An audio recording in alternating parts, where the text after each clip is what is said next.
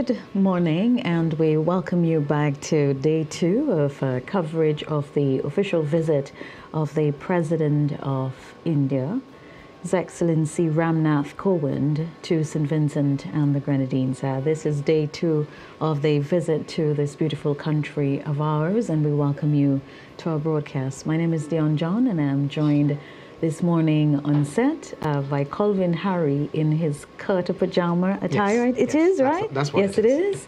Good morning, Colvin, and welcome. Good morning again, Dion. And yes, this is day two of what is now a 3-day visit, concluding tomorrow.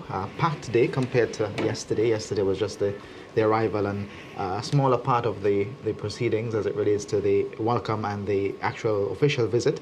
But today, quite a number of items on the agenda, inclusive of the Botanical Gardens, Parliament, Government House, a host of events as part of this 3-day visit to St. Vincent and the Grenadines by His Excellency Ramnath Kovind, the President of the Republic of India. And we hope that you will be able to stay with us as we do coverage during the course of the day today, inclusive of the later portion at Calder. We'll be live on location to bring that to you as well. So we ask that you stay with us. And this morning, just to begin with, like you mentioned, we've got several activities planned today, and we have no doubt the proceedings from the House of Parliament in St. Vincent, from Parliament in St. Vincent and the Grenadines, and I think that will be one of the high point in terms of the relations between both countries. You get an opportunity to hear the president, to hear from the Indian president, and also to hear from our prime minister and the leader of the opposition, and also the speaker of the House of Assembly. I think another high point will be the interaction in Calder, and this event is being dubbed as a community event. And I know you're inundated with calls, and people are asking how can they get to Calder? Would they get an opportunity to meet and to actually see the president? So there are some high points today, and we certainly look forward to all the activities. But just to begin today in terms of our broadcast, let's sort of recap what happened yesterday. And we will share with you, our viewers and our listeners, will share with you some of the memorable points from yesterday's visit to St. Vincent and the Grenadines. And what happened yesterday? Well, yesterday we had the arrival at approximately 12:46 in the afternoon, and that is when we had the Air India One, which is the official transport of the President of the Republic of India, touchdown at the Argyle International Airport. We had a welcome ceremony there. He was also greeted along with his wife and his daughter Swati, with students from the surrounding primary schools waving the Indian flags. And following that event, to see for those viewing footage of yesterday's event to the Argyle International Airport, he was met with, first of all, Her Excellency Dame Susan Duggan, Governor General of St. Vincent and the Grenadines, who introduced him to the Honourable Prime Minister, who from there introduced all the members of Parliament who were present and their spouses to the President. After that, it was a bit of rest for the President off to the hotel, and the latter part was a bit of what I call a sunset cruise. Yes. A sunset cruise. It got going a bit later than anticipated, but certainly made for a greater experience as the sun was setting at the point in time where the two catamarans left for the leeward coast. And from the feedback and from the photos and the video clips that I've seen, it was quite an experience for the delegation who went on that trip down the leeward coast. And I'm sure the memories from yesterday's trip will be etched in their minds as they go back home. Today, a bit more of a formal sort of day for the most part, inclusive of Parliament and the MOUs being signed, and of course the function at the Gardens. And His Excellency Ramnath Kovind, the President of India, will be engaged in a series of discussions today with Her Excellency Dame Susan Duggan.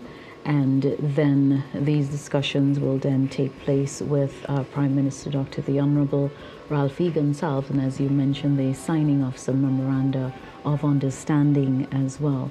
Just to let persons know that Ramnath Kovind was born on October 1st, 1945, and the life that he has led in terms of his outstanding contribution to public service. He's had several roles in terms of throughout his life in public service, and we'll share some of those with you. And he was sworn in as India's 14th president in July of 2017. And throughout the promulgation of the presidential orders in August of 2019, he was instrumental in the revocation of the states, now Jammu and Kashmir Union Territory. And that's something we just wanted to lay on the table as part of the research that we've done. But he has led a life of public service, and I'm trying to figure out where I have that somewhere in our notes, and if you're able to find it quicker than I am able to. But this is another opportunity for Vincentian people to see the president. We didn't see much of him apart from his arrival at the airport, because I think when you realize that he did not go on the cruise yesterday, it was just the first lady and his daughter and the other officials. So persons will now get an opportunity to see him. Yesterday they might have been engaged in other activities, and the Vincentian public will now get an opportunity as he make his way into the central business district of capital Kingstown, alighting from his car, taking the guard of honor in the courthouse yard. And you know the significance of that. Just picture the ceremonial opening of Parliamentary in St. Vincent and the Grenadines, and you get an idea of what will happen this morning when he arrives at the House of Parliament in St. Vincent and the Grenadines. His wife, who is accompanying him on this trip as well, she will not be going to the House of Assembly, but would rather spend time with the students and the teachers at the School for Children with Special Needs. And clearly, going through her bio, there is an overwhelming sense of love and appreciation for her for children. And we mentioned yesterday that during the pandemic, she was instrumental in terms of sewing face masks, and you know how important face masks were during the outbreak, especially when the outbreak was just really just causing great havoc across the world. Yes, and as First Lady of the President of India, being First Lady to the 14th President, we must note as well that President Kovind is the 14th President of the Republic of India. She has spent quite a lot of time in the civil service, of service to her country.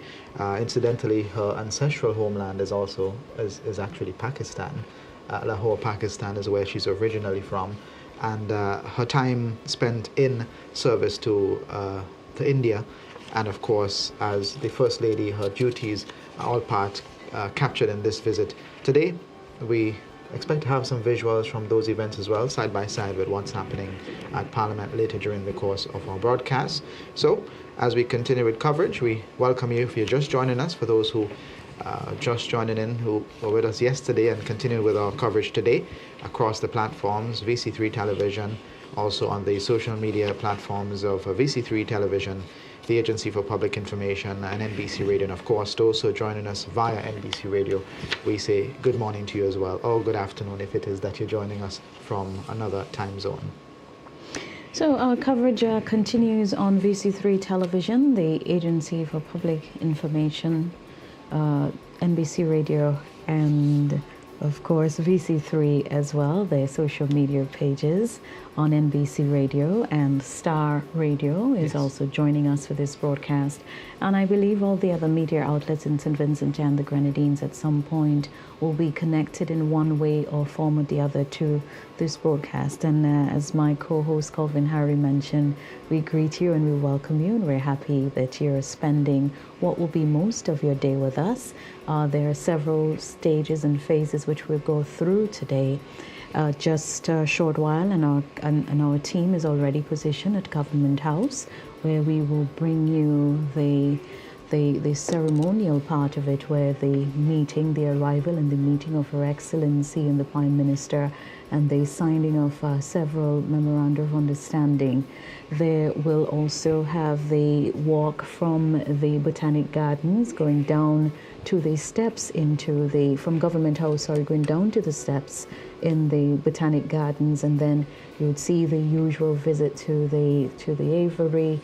There will be steel pan sides, children, and what have you at the gardens, just giving them an opportunity to see other aspects of the Vincentian culture. And I'm sure members of your organization on the ground, Calvin, would use the opportunity as well to retrace some aspects of the history and the community of Calder.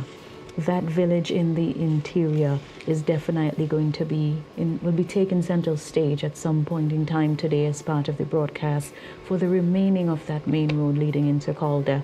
And just to let persons know, if you're moving in that general vicinity today, you're asked to, if you have to be at a place for a certain time, please try to see if you can move a little bit earlier than usual, as there will be diversions of many kinds in and out of that community because of the length of the convoy which is expected to move into that community this afternoon. Yes. So please try as much as possible. If you have to, let's say, pick up the children at about 3 o'clock or there, have you into Kingstown, or you've got to move or have appointments or just whatever you're doing, if you've got to be there for a particular time, try to leave a bit extra earlier than usual because there will be some traffic diversions along that route. Yes, and as you rightly mentioned, Calder being a significant, an important location, I should say. We mentioned yesterday some of the communities where we have those of Indian descent still residing today, and Calder being one of the hot spots. Richland Park, another, Park Hill, Rosebank.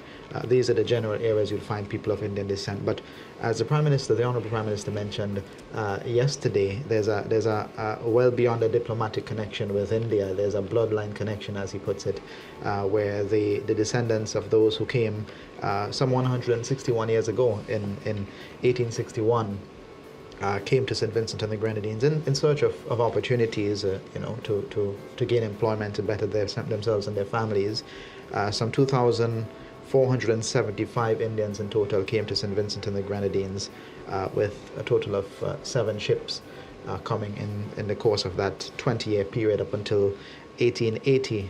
Incidentally, they landed at Edinburgh and not at Indian Bay, as people have assumed over the years that the landing was at Indian Bay. It was actually at Edinburgh. And they've since scattered across St. Vincent and the Grenadines, the region, and the rest of the Vincentian diaspora. And what you're seeing on your screen, if you're looking at this broadcast, is the Government House. That's what you're seeing on your screens there. The drone is up, and that's what you're basically seeing there. So you see the lush green vegetation just surrounding the Government House, where the official business of where the Governor General are really. That's where her office is, and that's where she is when she's in office. So that's what you're seeing on your screens there. We will, of course, ask our pilot if he can just give us a flyover shortly of the Botanic Gardens. Am I using the right terms? Yes, yes, a flyover. Yes, a flyover of a flyby of the Botanic Gardens, and we anticipate that we'll see that. But our team is already in place at Government House and at the House of Assembly as well. So we've got advanced team, as we mentioned yesterday. The total sum of our broadcast is not just necessarily the two of us who you would see on your screen most of the time, but there's quite a lot in terms of, I think it probably might even be more than that today. But we have a very large team in place today for us to be at advanced points and to always be able to capture the scenes just before they happen. So we have the shots up on screen before. So if we can just ask our production crew to just give us some addition. Well, we're going to stay here. Yes. I'm wondering if we can just, the Prime Minister. The Honourable Prime Minister. Yes. It appears to be the Prime Minister just So if we can just have a shot of that. Yes, that's Prime Minister Gonsalves. He's quite appropriately dressed this morning, as suspected. Well, I think Colvin and I, we need to confess. I think one of the things we were looking forward to as part of this broadcast is to see Prime Minister Gonzalez in that suit. Outfit. Yes, and I think we need to confess. We need to confess. I think that's all we've been talking about, seeing him in this particular way. And that's what do you call this one he's wearing? Is that this is also the full Curta suit, but this is more for a formal, for official functions, and quite appropriate in terms of an official function that you would normally wear a tie and suit too. It works quite well in the place of that. And I also see his wife, Mrs. Gonzalez, accompanying him this morning as they share some greetings. And of course, this outfit is one of those made by the tailor for Prime Minister Modi. Yes, Prime Minister Modi. The friend of the All Prime Minister, Narendra Modi, His Excellency. And as we see a bit of a conversation happening now between the Prime Minister and two of, I suspect, members of the visiting delegation, possibly members of the Indian media who are advanced and there already. And as we go through the course of the day today, we'll see them in our shots here and there as they do their part as what we're doing today in bringing coverage to take back home and to feed into their various outlets in India. But a great day in terms of weather-wise. Checked in with the Met Office this morning. It appears to be another dusty, hazy sort of day. But outside of that, the threat of rain is quite small. So that being the case, the expectation is that rain wouldn't really be a factor in today's weather. So we expect as things to go quite smooth on the weather side, and we continue to bring you all the action as it happens from the various locations, from Government House, from the Gardens, from the House of Parliament, and later on today on location in Calder. We'll be moving our setup to Calder and transmitting from Calder later on for that event in that community. Well, I think it is also very important that, especially if you're heading on the outside, and that's one of the things in our exchange with the Met Office this morning, on our way here, that the dust is going to be a prominent feature. So we advise that you really keep your mask on, because especially that is good. Yes, it is going to help, especially if you have what's that, sinusitis and asthma and all of those sort of things. Yeah, definitely you've got to be careful. Barvin Oliver, one member of our team, having a photo moment there with it, and I'm sure he'll be able to share that with us, so we can further share it across our platforms. But yes, our team is out this morning and they're all deployed, and the Calder is getting ready as well to make their setup, and we anticipate your company during the course of the day today. We expect shortly for the President, His Excellency Ramnath Kovind, to leave his hotel for Government House. We see the Honourable Prime Minister already there. I'm not sure if the Governor General, Her Excellency Dame Susan Duggan, is there at the moment, but we do know that the Honourable Prime Minister is already there, and we suspect any moment now we'll be seeing the convoy of vehicles, quite a number of vehicles, just 6 to the media alone, just to give you an idea, and the remaining vehicles allotted to members of the delegation and those who are doing official duties, the Ministry of Foreign Affairs, etc. So we have a beautiful shot now of Government House, just on the skirts of the Botanic Gardens, just literally sitting in the Botanical Gardens, for those who know where Government House is, and recently renovated and looking very formal this morning for the proceedings there. Very official event taking place there moments from now. The MOUs, which will be signed during the course of the day: an MOU on health and medicine, an MOU on automatic exchange of information and assistance in collection of taxes, and an MOU on establishing the Centre of Excellence in ICT. We all mentioned those yesterday as areas, particularly in ICT and in medicine, where India is known to excel in those particular areas, and they are part and signing this very important document, or these documents, these memoranda, today as part of this ceremony at Government House. So we hope that you'll be able to stay with us. We'll of course continue with our coverage right through until we wrap up at Parliament for the first portion. Then we'll take a break and resume later this afternoon from the community of Calder. So an extensive day of coverage for you across all of the platforms, radio, television, and social media. Well, thank you very much, Colvin, and we are still here with you from the studios at VC3 in capital Kingstown. So we have some aerial shots of the Government House here at St. Vincent and the Grenadines. And one of the things I want to take the time to appreciate and to admire and to celebrate is the greenery that we're seeing around Government House. We only remembered all too well the events of April 2021, and this was definitely not the scenes you would have seen coming out of St. Vincent and the Grenadines at that particular time. So this, of course, is a time of celebration. We celebrate the greenery and the return of the greenery and how important that is at this particular time as we continue to rebuild and rise. And while we see that, we see the convoy is arriving, see the flag of India, which means that the president is on board, and we will see him alighting from his vehicle shortly. So these are some of the official vehicles as part of the convoy.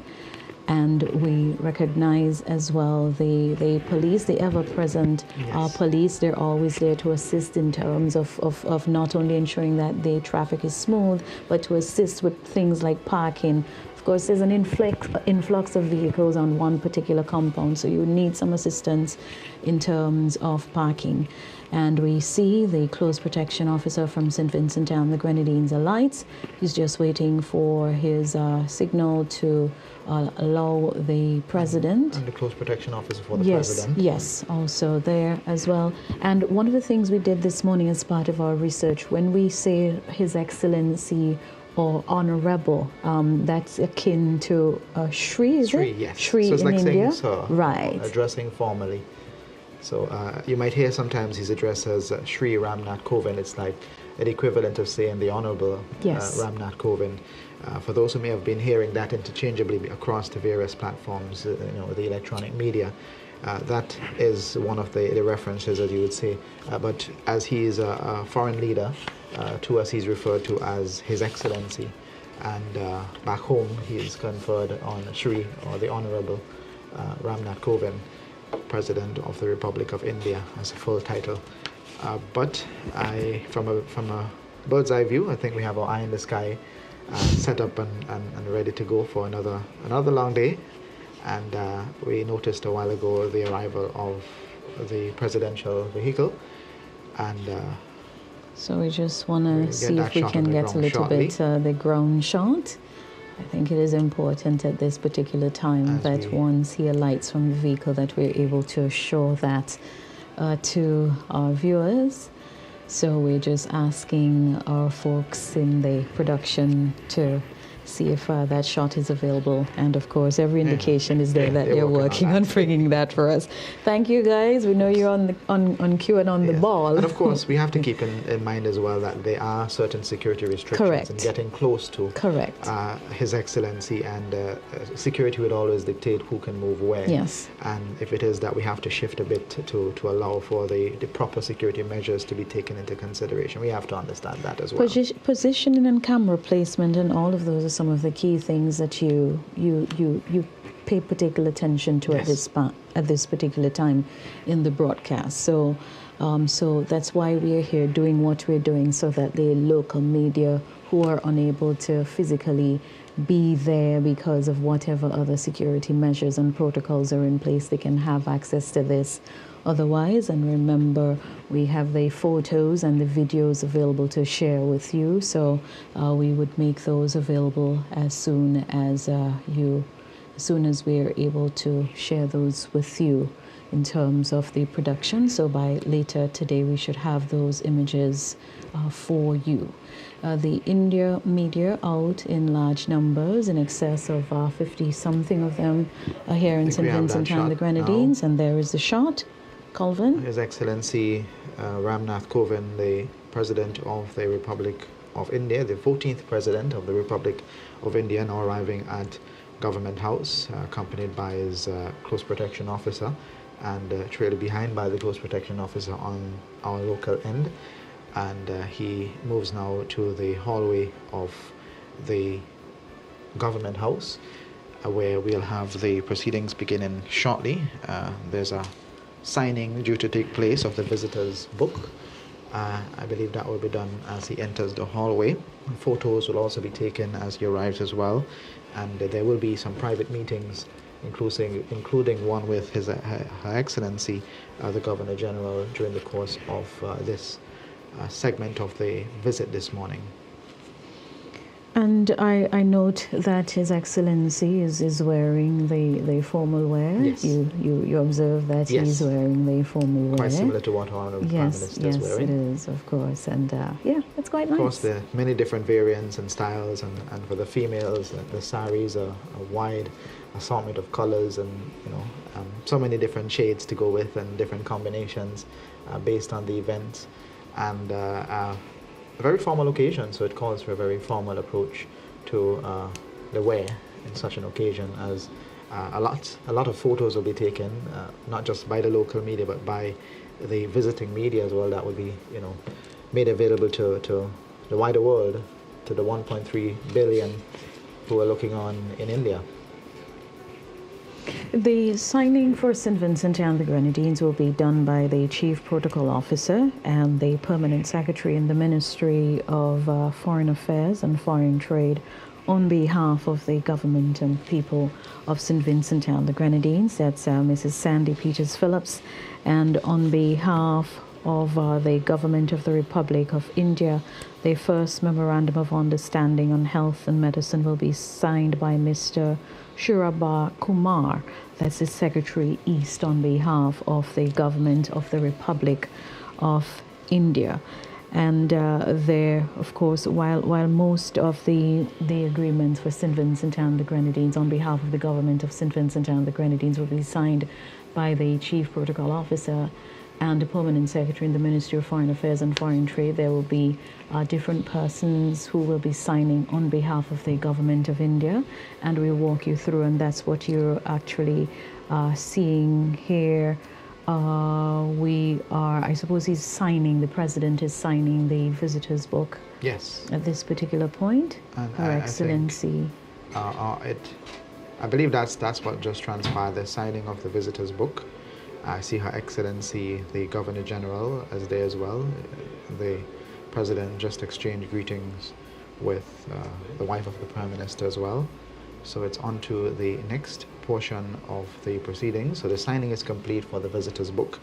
And I note is that Mrs. King Campbell of the National Director of the National Archives, Libraries, there, who's just standing behind the desk, and we see they will of course go now to the private quarters where there will be discussions will be held, and there of course will be picture moments, there will be photo moments. You see the Indian media descending on that room. Of course, that is expected. To get their perfect shots. That is expected. We have our orders, and they too as well. Yes, correct. So that is expected. And from time to time you may see a bit of a freezing of the frame and a few drops in between. Of course, we are contending with all our other media colleagues in getting the coverage just as they are, and we hope that you can bear with us as we make sure that we get you the best possible visuals and coverage to celebrate this unique occasion, the first visit of a sitting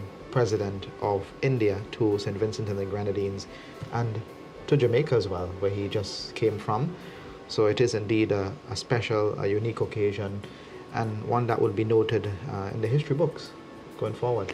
Well, it's definitely one for the history books, either way. And being involved in this visit in one way or the other is something that's noteworthy enough to be written in a diary, as this was done on May 19th of 2022. Yes, and we go back to the welcome that the Prime Minister received when he visited India in 2019, in September of 2019. And there's still the visuals, you can see all the videos there online, and just making sure that we return that ceremonial welcome and all of the courtesies extended to a visiting head of state, being the President of India. But we're just getting started in what promises to be a day filled with symbolic events. This is a shot of the main hallway in the Government House. I can see in the distance there's a bit of a desk set up, and that's, I believe, where the MOUs will be signed, and the opportunity then for us to have some visuals there, some photographs, etc. I believe shortly we'll see them leaving the room, but before that there'll be a private engagement according to our information. So that may take a few minutes or so. And how are we in terms of the schedule that we have? We're on time, or we're ahead of schedule? We're pretty much on point because we're ahead of schedule, as a matter of fact. Like the sign-in was timed for about 10 minutes to about 5 minutes to 10, and it is 5 minutes to 10, and the signing is complete of the visitors book. Okay. And if all stays within the line of the promised times, then we should be on point for things to flow into the next segment down at the Botanic Gardens. Well, just to remind you and to once again set the context for this visit, this, of course, is a tour of the Caribbean. Specifically, the president visited the first leg of the tour was to Jamaica, and from Jamaica he arrived in St. Vincent and the Grenadines yesterday, just about 12:46 there at 12:46 p.m. 12:46, yes. And from then on, it's just been a constant hive of movement. We had the yesterday a catamaran cruise down to the leeward end, and you say catamaran cruise and people think of fun and nice time, but that was more very infomercial sort of a setting where information was given. I saw footage earlier on of the person who's in charge of the local port authority, Carlos James, giving some information in terms of the operations of Port Kingstown, and speaking of which, on Monday of next week, Monday the 24th or 23rd it is of May, there will be the launch of the port modernization project, and you will see the significance of all of these activities and how closely twinned and interconnected they are. We also saw footage of the president of the local Indian Association, Junior Bacchus, making a presentation. What the delegation is looking at now is the Indian Register. Yes. It's a copy of, not a copy, it's the original document, which was recently restored with the help of friends overseas, that contains the actual signatures and the fingerprints and the marks by the indentured laborers as they arrived. These preserved documents, as you see, they're wearing gloves when handling the document, captures the names, some of them not recognizable because of the difference in the language, the signatures of the British colonial powers who signed on their behalf, and quite intriguing, particularly for members of the Indian delegation, to see the signatures of their people and the fingerprints and some marks to show that their people came to this country in the 1860s through to the 1880s. Well, I'm sure you must be very happy at this, because I remember earlier on in the year when we heard that there was a possibility of a visit. That was one of the things you told me then, yes, that the foundation was at the point trying to ensure that this was in place. Yes. And I'm sure that this, of course, is a celebration for the local association here, in terms of having this, to be able to put it on display, that they can see this, and even to know that this document is available. Mm-hmm. So even members of the Indian descendants who are here in St. Vincent and the Grenadines would be able to go to our National Archives and be able to see that. But no doubt, you have to remember that this has to be these are very delicate records, very, very delicate records. Over 160 years old. Yes. In terms of their age, and some of them are, would be falling apart. So they're preserved now. The original register was in a dilapidated condition, of course, during the course of weathering and those years. But with the assistance of our friends overseas, we were able to restore that. And of course, with the input of Honorable Rene Batiste, who has been a very, very good friend of the local Indian community. Particularly, she was the one responsible at the time as Minister of Culture for Indian Arrival Day to be recognized as June 1st and Indian Heritage Day. October 7th, both days recognized in 2007 and officially recognized in Parliament through the work of the Honorable Rainer Batiste. So she's a very good friend of the, not just the foundation, but also to the Indian community in St. Vincent and the Grenadines. We just spoke of the launch of the port modernization project, and I'm now being informed reliably that that ceremony has been rescheduled. A new date will be announced when the Prime Minister returns to the country from his visit to Cuba. And really and truly, Prime Minister did say that he's leaving. Yes, he will be traveling. So thank you very much. You see, they're listening to us. Thank you very much, LB. I am using that name from a mutual friend of ours who shared it with me some days back. So thank you very much, LAB. Thank you very much for that information. Of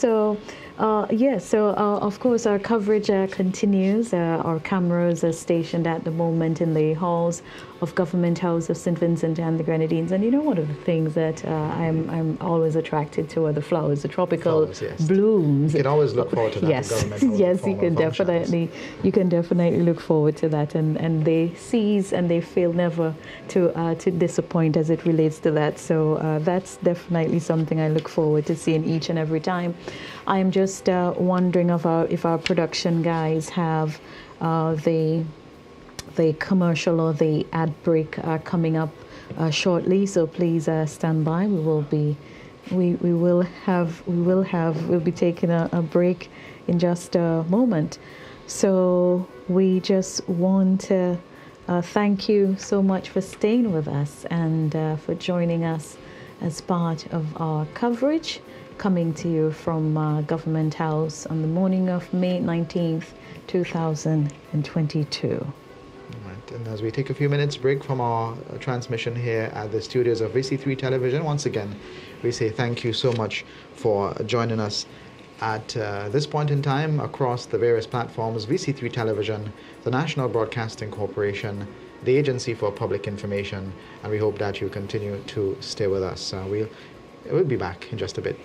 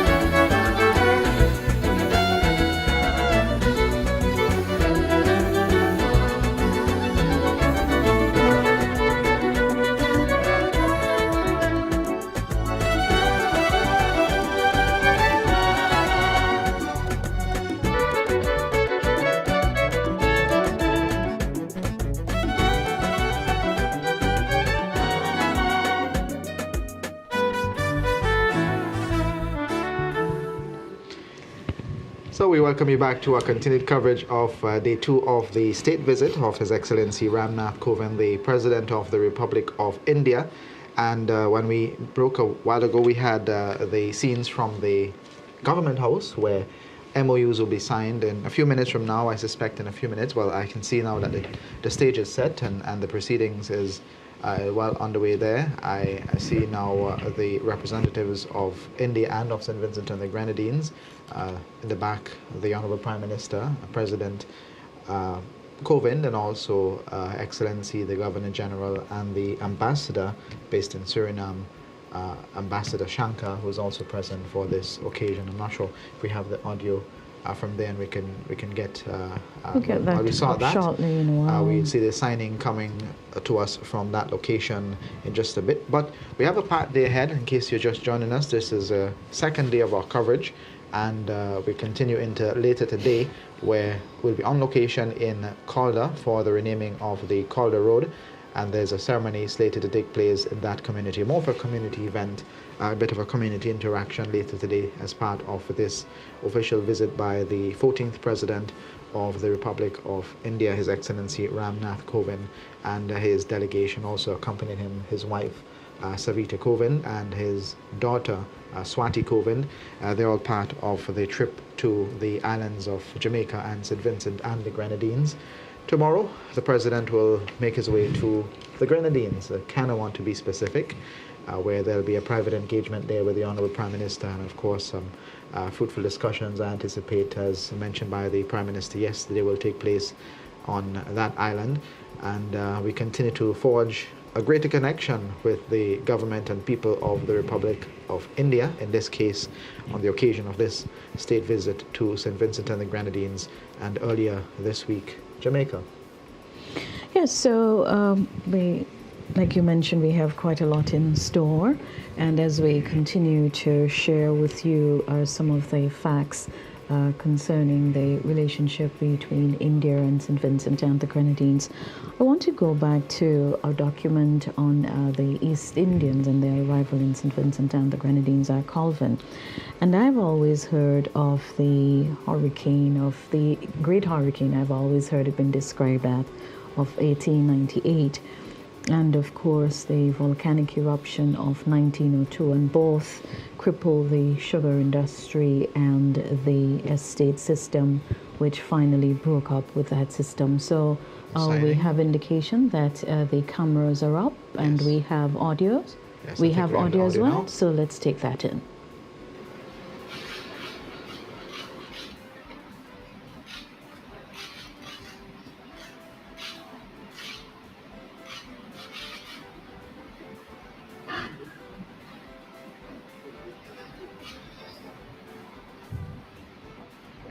And now the signing of the second MOU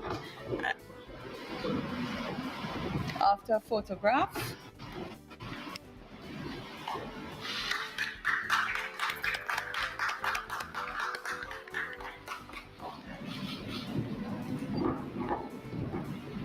Thank you very much. And now the signing of the second MOU, and this one is on the refurbishment of the old Calder Community Center. Again, signing on behalf of the government of St. Vincent and the Grenadines is Permanent Secretary in the Ministry of Foreign Affairs and Foreign Trade, and signing on behalf of the Republic of India, His Excellency Dr. S. Balachandran.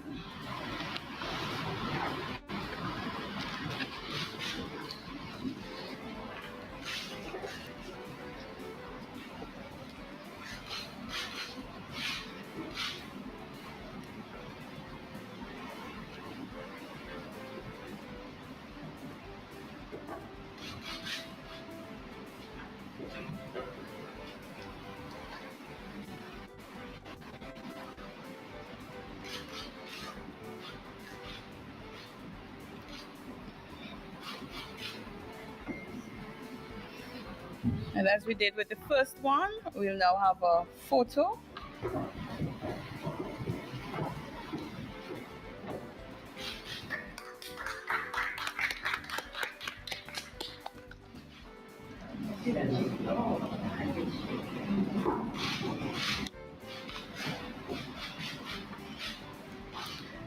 Thank you. And now,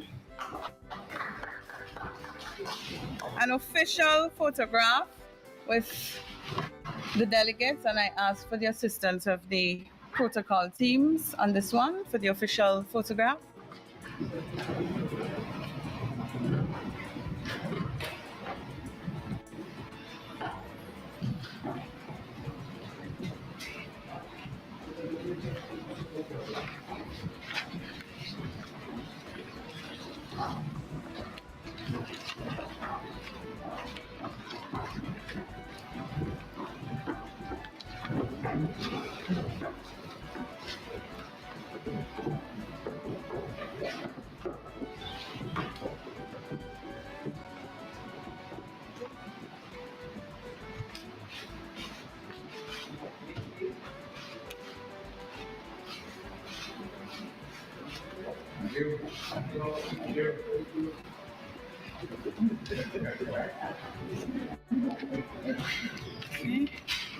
This is wrapping up time, right? Wrapping up. All right. Thank you very much. And with that, we've come to the end of the ceremony, yes, which has concretized the agreements on the automatic exchange of information and assistance in the collection of taxes and the refurbishment of the old Calder Community Center. Thank you so much for joining us as the delegates now move on to a tree planting exercise in the Botanical Gardens. My name is Marla Nanton James. Thank you.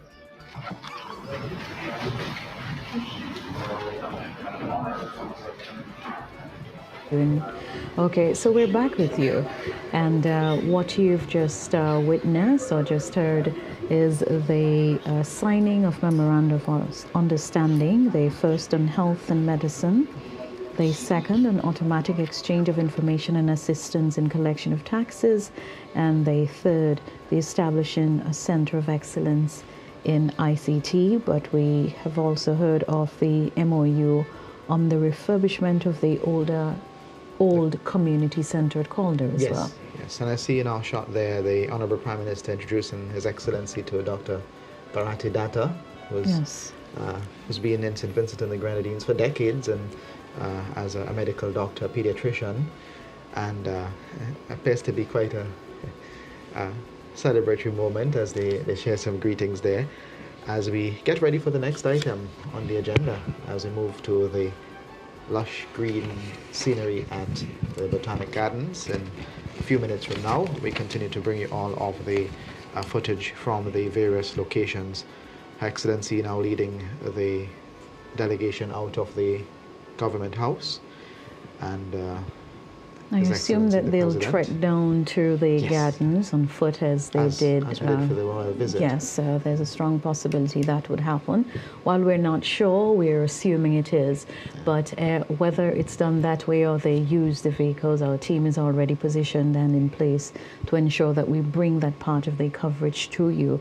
This morning at the Botanic Gardens, we're expected to have a welcome by the Minister, Honorable Carlos James, who is the Minister of Tourism, Civil Aviation, Sustainable Development and Culture, and Mr. Andrew Wilson, Director of National Parks, Rivers and Beaches Authority.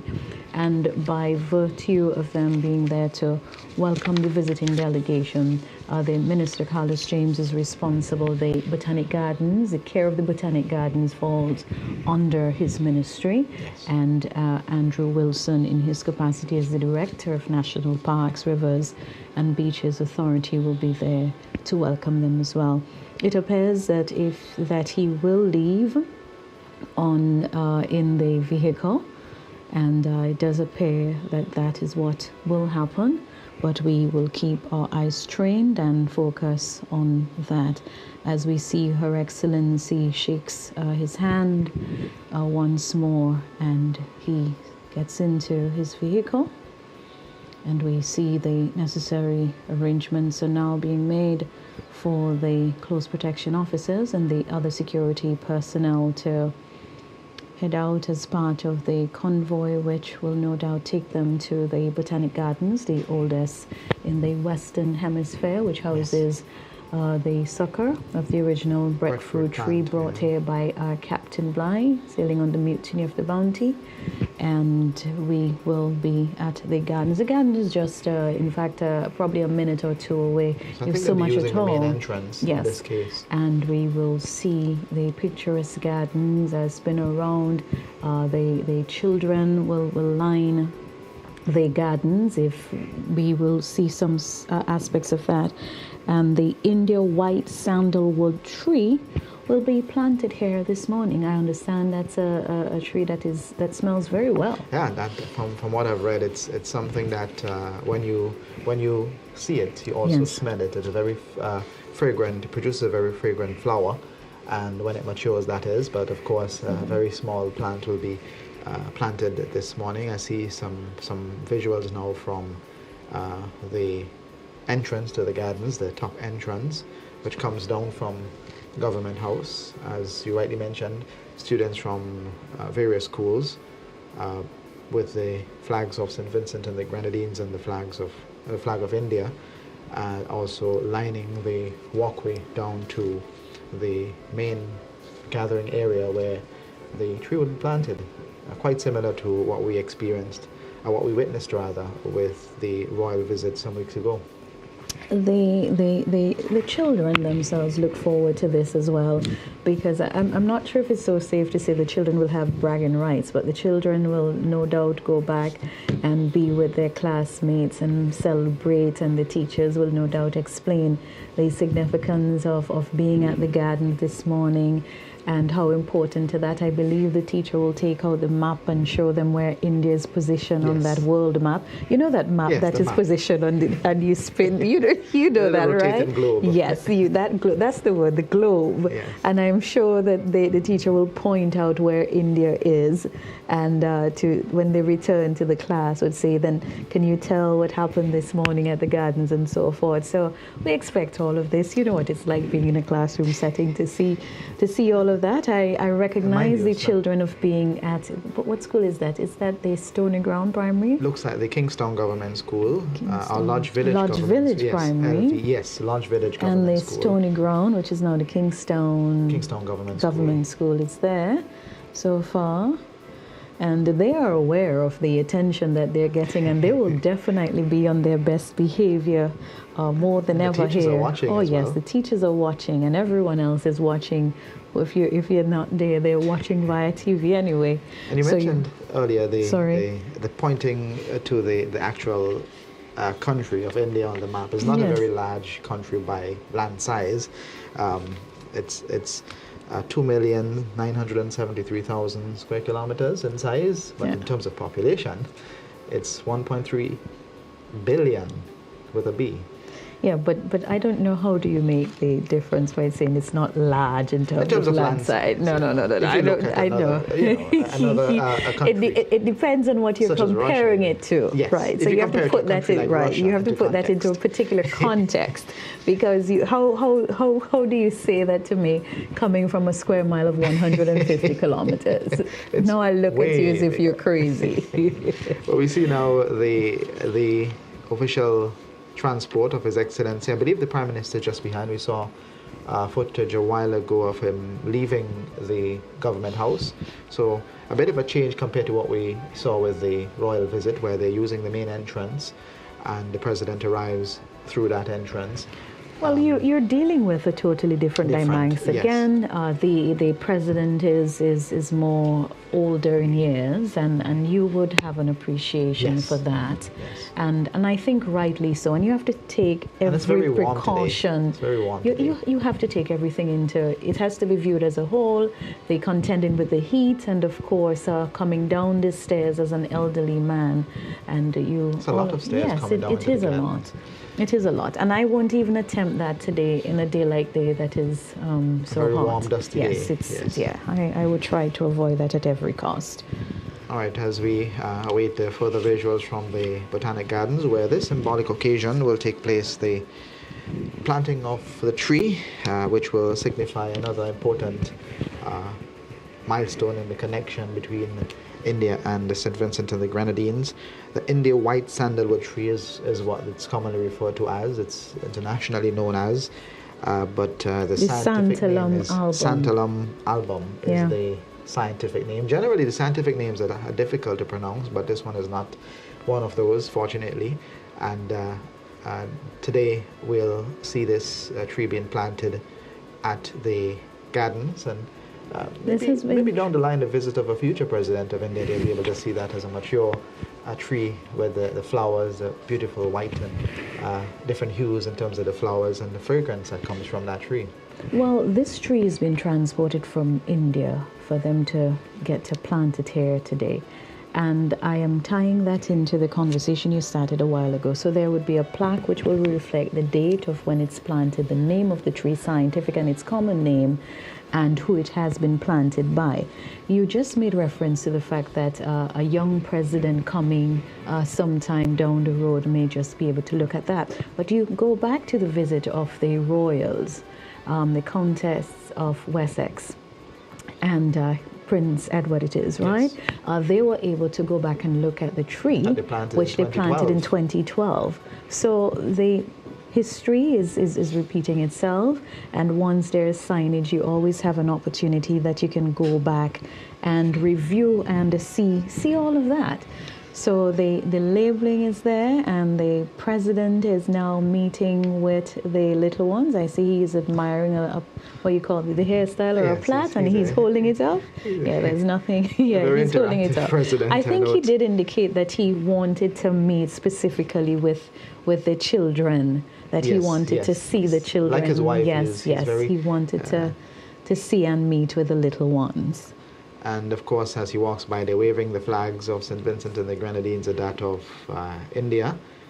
And he's accompanied close behind by his close protection officers. And the ambassador who represents St. Vincent and the Grenadines, Ambassador Balanchandran, who's based in Suriname. Yes. So our closest embassy in terms of where St. Vincent and the Grenadines connects to is actually in Suriname. I see the president being given some information there about what he's looking at, as we customarily see. Maybe you can identify yes, he's been shown the signage about the Amazona Gildingi. So which means that he will be going shortly across the bridge to the Avery. Yes, it looks like the elevation. Yes, that's the elevation there that takes you right into the apiary. And just alongside, when you come out and you head down the other side, you will see the cannonball tree, which some people refer to as the Coleman brush tree, for common name, but it's scientifically is a cannonball tree. It blooms it comes up at 6 and it dies at 6. Generally, the cannonball tree. So we look at that. Yes, and as we see more footage coming out of the Botanic Gardens. See Fitzgerald Providence. Director of Forestry.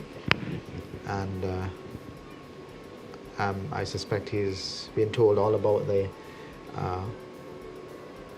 scenery, the greenery that we're seeing in the gardens, and all of the sights, and you hear about the songs in a bit of the national bird, which he'll get to experience firsthand. Of course, this must be a unique experience for His Excellency, like the royals who came here several weeks ago, and having a bit of a direct interaction with our national bird. And I do realize that every moment possible, the media is asking for a photo moment. I just had one of those where he quickly took a photo inside of the garden's enclosure, and we expect him to continue with his tour of the gardens. He's actually leaving. He's actually leaving. It doesn't appear they're going into the enclosure where our national bird is kept. So his security team is definitely moving at a clip, and there is no time to waste, as you would see with them. They're ensuring that he's comfortable at every occasion, and just making the walk now around the ring road. And this is now being used part as a drive through the gardens you have to go through, but you now find people exercising mornings and afternoons, just to ensure they keep healthy as well. So he's just walking along, and where he is, if you're looking to his right, if we're not able to see that, but to his right would just be coming along the sign with the Alamander fountain, and where yes. the Alamander fountain is at that time, and the pond, the Alamander pond, just in front of that, where you would see like the little what you call them, the little millions, or the little Million, fish. we call them locally the million fish. But Yeah, not sure tadpoles and those sort of, and shrubs and so in that general area there. He's now been joined by Her Excellency Dame Susan Duggan, and they're just going to try to get up this slight elevation, and I believe That's the the tree is site of going the to be tree planted planting. here.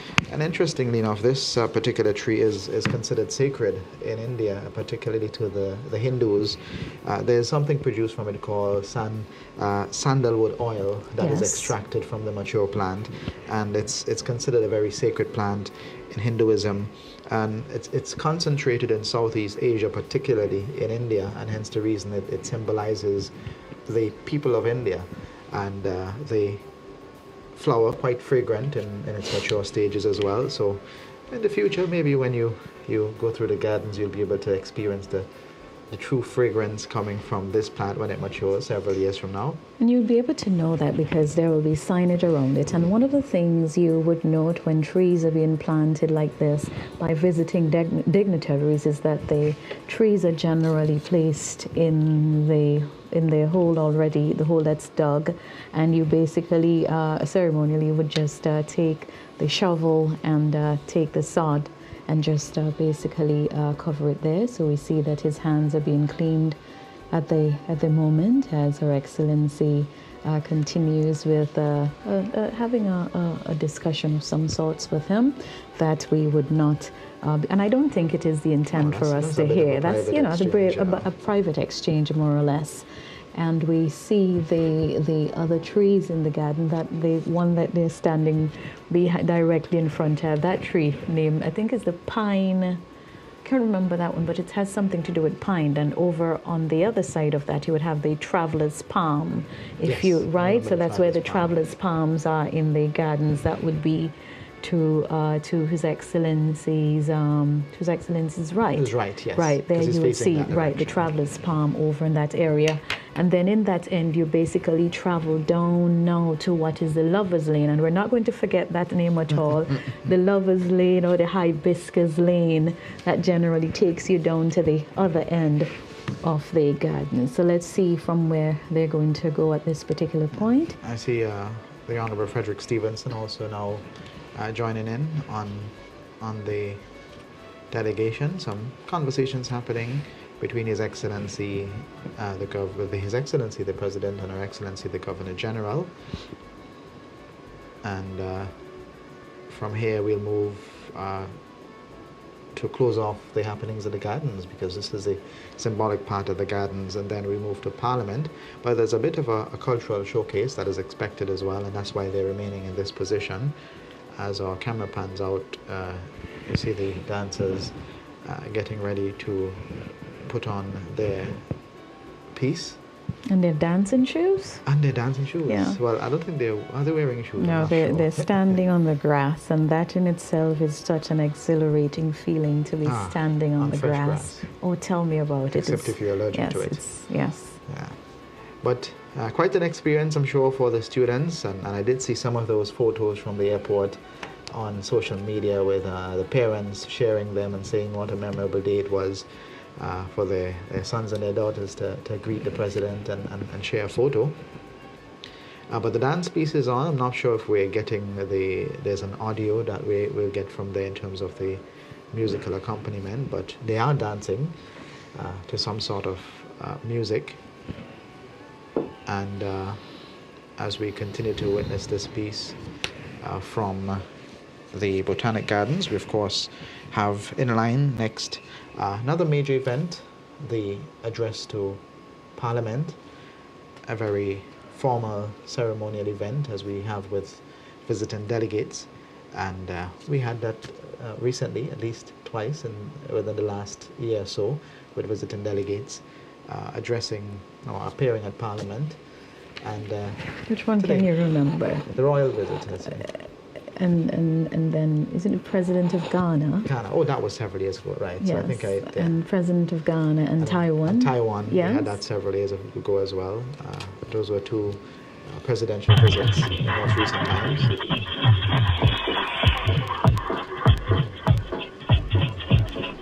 Well, they're doing an Indian dance, that's for sure, and you can hear the instruments, the audio coming to us from the gardens. I thought you knew this one and were going to describe this no, for us. I'm not familiar with it. This is it's a bit of a staple of Indian dance. Yeah. The melody is something that you generally hear, and the moves associated with it are well executed by the dance team. And I'm sure the president and his delegation are quite impressed that that our local dancers are taking up and learning the Indian dances. What is symbolic of these type of dance moves is that their tummy is generally exposed, the belly button, and what's the attire again? We just discussed that again. Well, it depends. Yeah? It depends. The wear is different based on the piece that they're doing. We wouldn't necessarily have them wearing a sari for the dance, but that's a lot. But the dance wear depends on what type of performance that they're doing. And it's all symbolic of the hand movement in the air. That's sort of there's a name that this is called. But I can't remember all of that at this time. But as we see another angle of that presentation, accompanying His Excellency is also Her Excellency the Governor General looking on, members of Parliament. I see Minister Stevenson is dancing as well. He's enjoying that. He's having a go at it. And the president is actually clapping along with the other members of the delegation. Quite impressed with what they're seeing here this morning. And Mr. Stevens is certainly using the opportunity to showcase his familiarity with the dancing as well. Well, I think for him, this visit is really, how do I put it? Well, it's important to him. Because it's always within his constituency. Not just Calder, but the surrounding communities associated with people of Indian descent, Argyll, those regions are captured within his constituency. So for him, this is important. Mount Pleasant, all of these areas. And because of this, he's quite intrigued to be a part of the events today. You hear the applause in the distance by the Indian delegation, and the president has been clapping for quite a while. He's been moving ever so gently to the music as well.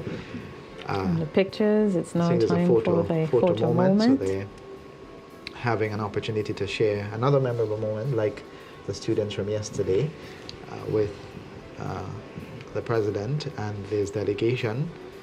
Her Excellency also in that photo. I see Minister Carlos James also.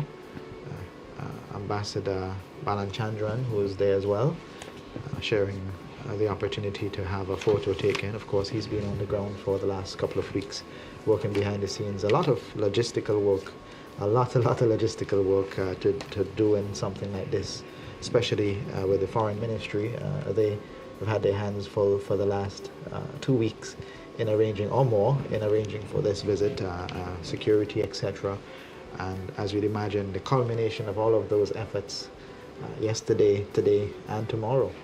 Well, most people only get to see the finished product. True. And the same holds true for our broadcast and what we're doing here. People only get to see this part of it, but there's quite a lot of work that goes on behind the scenes in terms of meeting with the health officials, ensuring that you have doctors and nurses assigned to the visiting delegation, and a house that the various hotels where the delegations are staying, that a due care and attention is being paid to the traffic and the diversions of the traffic that are likely to take place, to ensuring that all the right colors are used and the places which are chosen to be visited are in keeping with their bios in terms of what they represent, Right. in terms of the social part of what they do and so forth. So a lot happens behind the scenes. No doubt the Ministry of Foreign Affairs will act as chair and bring to the table all the relevant stakeholders. The media is involved in this case in particular. The local Agency media. for Public Information, the local media, falls under the ambit of the Agency for Public Information when it comes to activities of this nature in particular, Right. because they're the space, of course, and the other restrictions, everyone is not able to be at every place. So you'll have advanced teams here and there. And the protocol officers, you have to make sure that food and all those things are taken care of. So there's a There's lot that happens happening behind the scenes. Yes. And of course, taking care of all of that behind the scenes is the Deputy Director, Nadia Slater, who's handling the media and all of the various happenings behind the scenes there as well, as we do all of this for you. Some entertainment being provided on PAN. PAN seems to be quite of interest to the delegation. We've had a number of occasions where PAN has been featured, and today being no different. But if we can segue to a bit of the music, we could get a bit of the music out Yeah. of the gardens.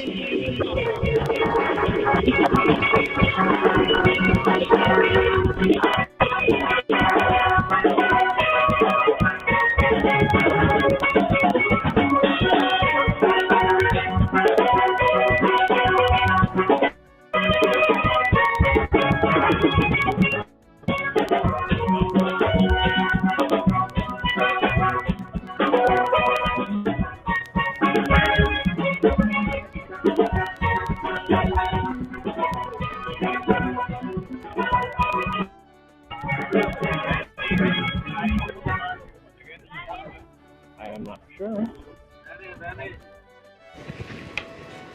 So this is a smaller contingent Yes. of the Starlift Steel Orchestra headed by Kingsley Hero Roberts out front. Just a smaller segment of the oldest steel band side here in Yes. St. Vincent and the Grenadines, having won the most panorama champs in St. Vincent Countless and the occasions. Grenadines. Oh yes, and their players are doing outstanding in Exceptional terms of players. Exceptional. yes, whether when it comes to sound knowledge and education, you have Said Bowman, who's excelling, national scholar, who's excelling, and there's so many of them who are doing very well and performing exceptionally well. Yes. And no doubt you would understand why they are here on Showcase here, holistically, being in terms of not only having the book sense, as they would say, but you've been able to transfer that as well to the playing of this musical instrument. And while all that is happening at the Botanic Gardens, and those will remain in place just for a few more minutes, the delegation and the convoy heads from the Botanic Gardens, and there will be a split Yes, in terms there of the is. convoys, because There His is. Excellency will now travel to the House of Assembly, where our team headed by Antonio Richards is on standby, and Yes. we will bring that to you. And then his wife, the First Lady, will now travel to the School for Children Special Needs. with special needs, where she will be as well. So we will see how much of that we're able to bring to you as part of our coverage here this morning. Just looking at my timepiece, Very and good it's timing, yeah, we're actually. definitely Very good timing. maintaining good time this morning. Yes, and you mentioned as we were wrapping up that portion at the gardens, Starlift, and it's referred to as an institution. Yes, If you it ask, is. anyone, especially Hero, he will tell you this is an institution, and we are not just teaching PAN, but we're teaching you life skills. You know, it's much bigger than just learning to play PAN. And as we end off that segment and we get ready for the next item, you mentioned the First Lady. I see that he's expected to be accompanied by Her Excellency as well on that visit. I realized a while ago that Her Excellency had left before the rest of the delegation, so I suspect she's in the process of joining the First Lady, Savita Kovind, who will be now moving to the School for Children with Special Needs, and the next stop by His Excellency the President will be at the House of Assembly. So hopefully we'll have visuals, at least some visuals for you of the First Lady making that stop and a tour. There's a tour happening at the School for Children with Special Needs as well, and an official photo will be taken there. The handing over of a check will take place there as well to the Governor General for the charitable fund. So that's a photo op will be coming there as well, as we see some more footage of the Botanic Gardens, as in the distance you see the outrider leaving and the rest of the delegation, students waving the flags of St. Vincent and the Grenadines and that of India. A very warm morning, a bit of a dusty environment today. It's a bit hazy, but no rain, and that's good. All for a smooth flow of things and in perfect timing so far. The next item on the agenda as it relates to the engagement by His Excellency will be at Parliament. See, there's a bit of a dancing going on by one of the teachers there, and it appears the children are, some of them are singing along to whatever it is they're singing there as well as they wave the flags. But certainly a celebratory occasion as we welcome the 14th President of the Republic of India. And of course, you're celebrating in excess of 30-something years. When you have your 30-something birthday, it's 30 years is a 30 years in itself is a milestone, and we're celebrating in excess of 30 years here. So it's definitely a cause for celebration. And 161 years of a bloodline connection. Correct. All of that is in the mix as well. So well outside the realms of just a diplomatic connection, but the bloodline connection, as rightly put by the Honourable Prime Minister yesterday, and a momentous occasion. So much so that you're wearing your curtain pajama today. Yes, thank you. Yes, and you look very well in Thank it, though. you. Yes, I think I share the sentiments of the entire production team when I say that you look very well. In fact, they're asking you. Today. I was messaged several times yesterday. So why were you not wearing some sort of Indian outfit? I said, just look at the coverage today, and we'll take care of that part. And I think you wanted to make sure that the people of Calder see you in your Indian outfit too, right? Well, we'll see about that. Oh my, Colvin, you are exceptional. So we want to thank you so much for joining us and for being part of our broadcast. And in fact, a wonderful friend of mine just says that you look very well. Yes? Do give them my regards. And thank you. But I'm not sure if we have our eye in the sky back as yet. We also have that on standby. Our pilot here, Zoro. We know him as Zoro, but his name is Rohan. He's taking care of the visuals from the air for us. And in a bit, I suspect we'll hear the sound of the drone on the outside going up to give us some visuals. But the movement is on now to the next big event on the agenda.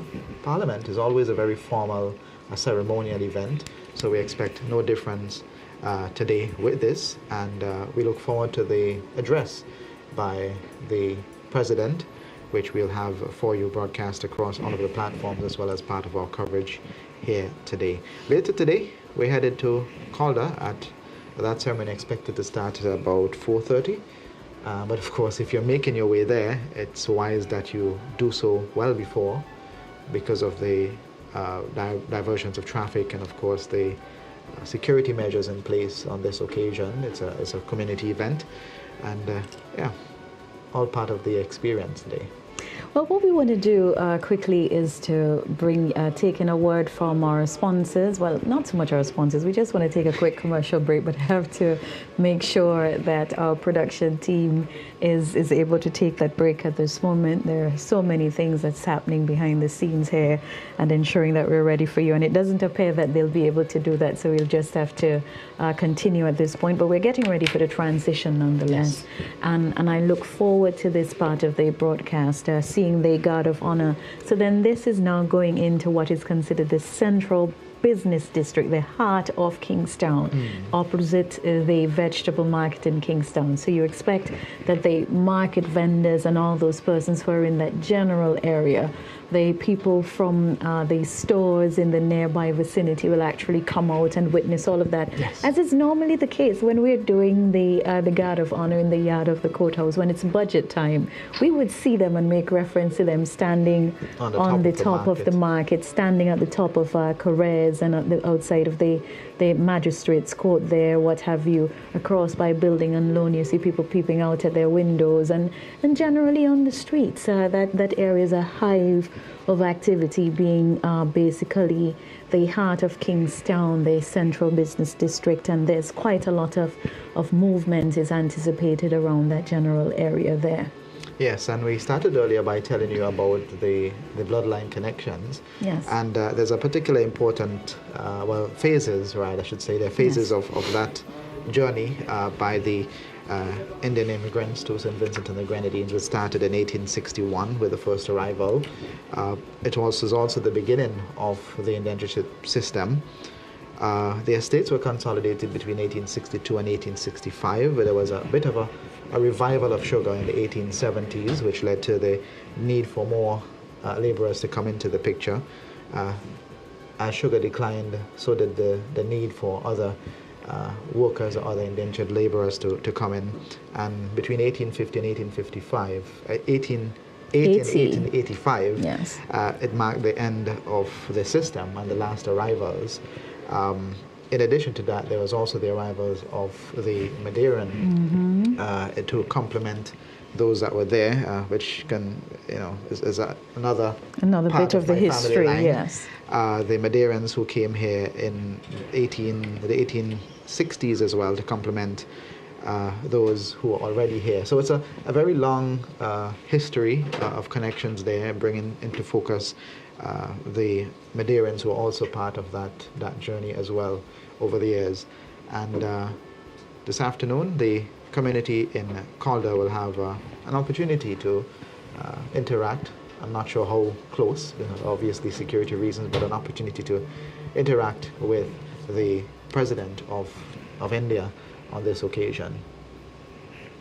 Yes, Calvin, that is so true, and we're just waiting for the visuals going through the streets of Kingstown, and once we have that, or we have the House of Assembly up, we will share that with you. We will share that with you. So we just await to see what's happening as it relates to that. As we mentioned, we are a bit ahead of schedule, and we thank you so much. And we're hearing the right.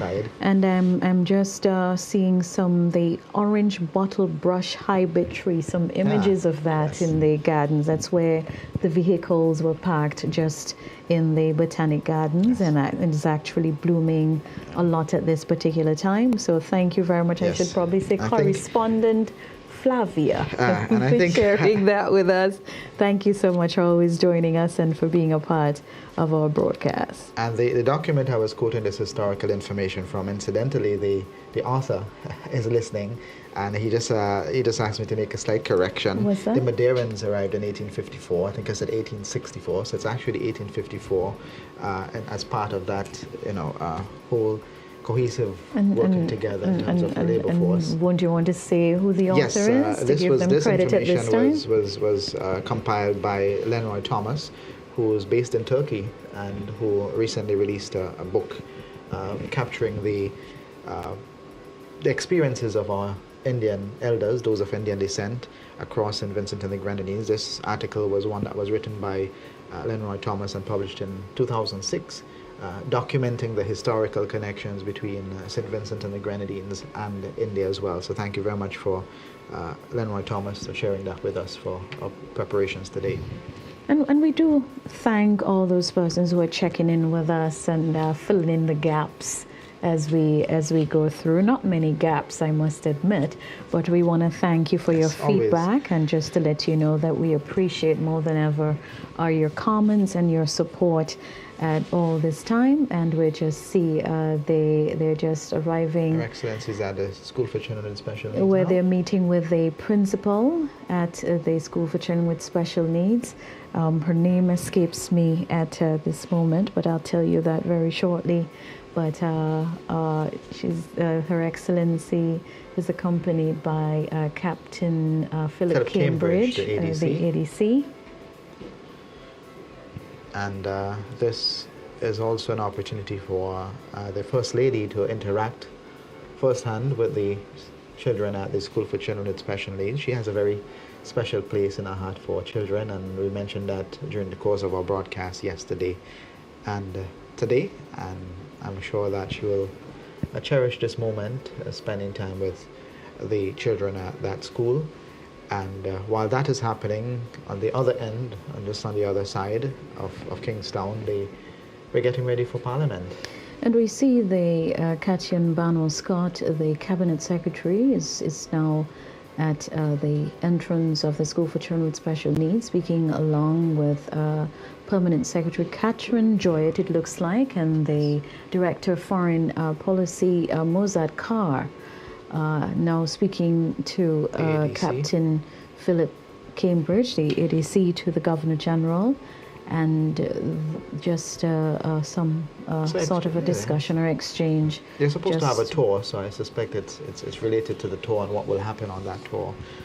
As the First Lady arrives, of course, there's a particular fashion in which it would go a particular order, and I'm sure that they just want to make sure that everything is clear to everyone as to what is expected during the course of this. What is expected to be a relatively short visit, mostly for photos. There wouldn't be any speeches. We should note that. As far as we know, there wouldn't be any particular addresses, just the interaction and the photo op and the presentation of a donation to the charitable organization that supports that particular school. So we look forward to the events as they unfold in the capital city, Kingstown, today. A hive of activity on the occasion of the visit of the president. A side-by-side shot now of what's happening at Parliament and the courtyard, as promised by our team. We're able to have eyes at two different locations at this time, and we recognize the guards that are there, all smartly uniformed as per usual. A very large number I see this morning. Generally, it varies depending on the nature of the event. But I do see that the presidential vehicle is there. Already? Yes, there it is. And momentarily we'll see him alighting from the vehicle. He, of course, is accompanied by the close protection officers, local and visiting. And it's looking very looking very refreshed. Yes. From his trip at the Botanic Gardens, and I think he's probably going through. Well, I'm not sure. I thought for a minute he was just going to probably go to interact. I believe he wanted to interact, but of course, security. Yes. And not just security, but there's a particular timing for everything that has to be strictly followed. And I think his team indicated to him that let's go this direction. The Honourable Prime Minister and the other members of Parliament are awaiting. See the Honourable Speaker of the House sharing greetings. The Deputy Clerk, Mrs. The Honourable Leader of the Opposition has shared some greetings as well. And the movement quickly to the Assembly Chamber will happen. But before that, there's a bit of a ceremony that has to happen, the Royal Salute, which will take place in the courtyard of Parliament, the Guard of Honour, and that mark of respect being given as we saw at the welcome ceremony yesterday. Quite similar in the formalities. I'm not sure. I think the band is in the back as well. I'm not sure if we'll hear them, but I'm not sure if there'll be an inspection. Do you get that information of an inspection happening, or just a salute? Just the Guard of Honor is expected here, but you never know. The president may want to and of have course, we're some. not privy to a lot for other for security and other reasons. Some of it we'll just have to wing it. I think we're getting some audio. Are we? Yes.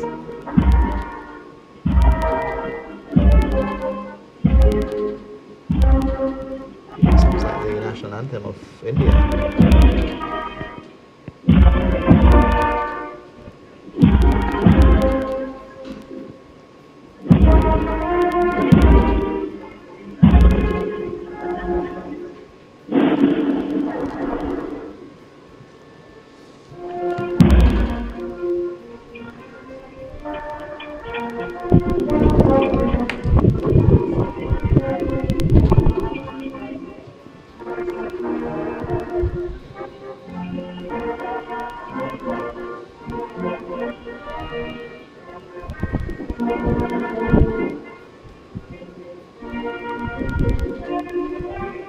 The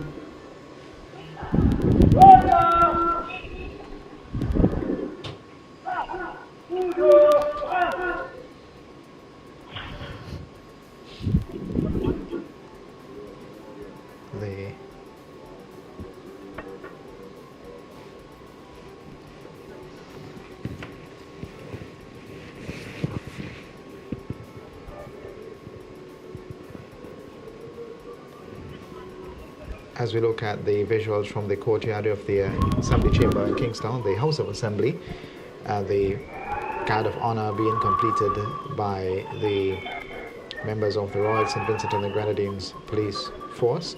Earlier you heard the national anthems of St. Vincent and the Grenadines, or first of all the anthem Jana Gana Mana, as it's known, the anthem of the Republic of India, which we got a part of into the national anthem of St. Vincent and the Grenadines. As we hear the band striking up again in the back, as the president moves outside. I think he wanted to do that first, but he is directed inside.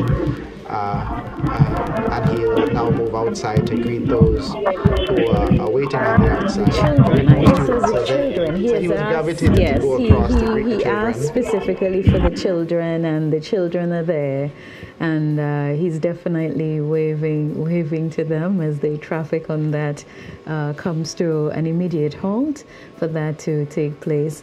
And those children are like, you could imagine the stories they're going to go back to their colleagues with. I think this is a view from the Yes, window isn't of it? Parliament. The very famous window of Parliament overlooking the courtyard. And I was almost very- going to say eye in the sky. No. No, it's not. I remember it through the commentaries of the late Jean Duncan, Yes. looking through the windows of Parliament. Yes. And it became a reality, and on the occasion of a recent live broadcast, that the window that Yes. she was looking out of. Yes, we were And it's able that very to. window we Yes. have a camera pointed to the courtyard. So as we have now the president and the Excellency, delegates, They will now moving to the Parliament chamber. go up the east stairs, and this is the The east east stairs officials, leading for up to officials. the House of Parliament, and then they will be escorted to the office of the Speaker, where they will congregate. And when the Speaker makes her entrance now into the House of Assembly, the Sergeant at Arms will announce the Speaker who will enter the chamber. And of course, the usual fanfare of trumpets will be sounded, and then the Sergeant at Arms will announce His Excellency the President Ramnath Kovind, and he will then enter the chamber. So the Speaker will then take things from there. The usual will announce, and you'll have the prayer to begin the proceedings, and then they will have the presentations by the Honorable Prime Minister, the Honorable Ralph Gonsalves, the Honorable Leader of the Opposition, the Honorable Godwin Friday, and then the President of the Republic of India, the Honorable Ramnath Kovind, will make his speech, and then we will have the adjournment of today's sitting from the House of Assembly. And just some introductions, I suppose, will ensue after that. And then there's basically the dismissal. And after that, there's a bit of an opportunity for the delegation to refresh themselves for the next Part of the event, which journey. will be one that will be outside for an extended period in terms of and the warmth of the Vincentian sunshine for a bit. I'm sure they're used to that, by the way. Yes. And that will be in the community of Calder, the latter part of today's function. The visit concludes tomorrow, as a matter of fact. A slight adjustment from initially the 4-day visit that was announced. But nevertheless, another packed day for His Excellency and the delegation tomorrow, going to Canawan, and then, of course, the cocktail reception before his departure in the evening. All part of the visit of the 14th President of the Republic of India, His Excellency Ramnath Kovind. Coverage continues across the various platforms. Again, we welcome those joining us via VC3 Television, Channel 114, on social media pages of NBC Radio, VC3 Television, and the National Broadcasting Corporation. Also joining us, Star Radio, for our coverage as well. We say good morning to you as we approach the afternoon time. Less than an hour away from the afternoon time, so soon we'll be saying good afternoon to you. And those who are viewing overseas, we know that you may be in a different time zone, so if it is afternoon or evening, good afternoon or good evening to you.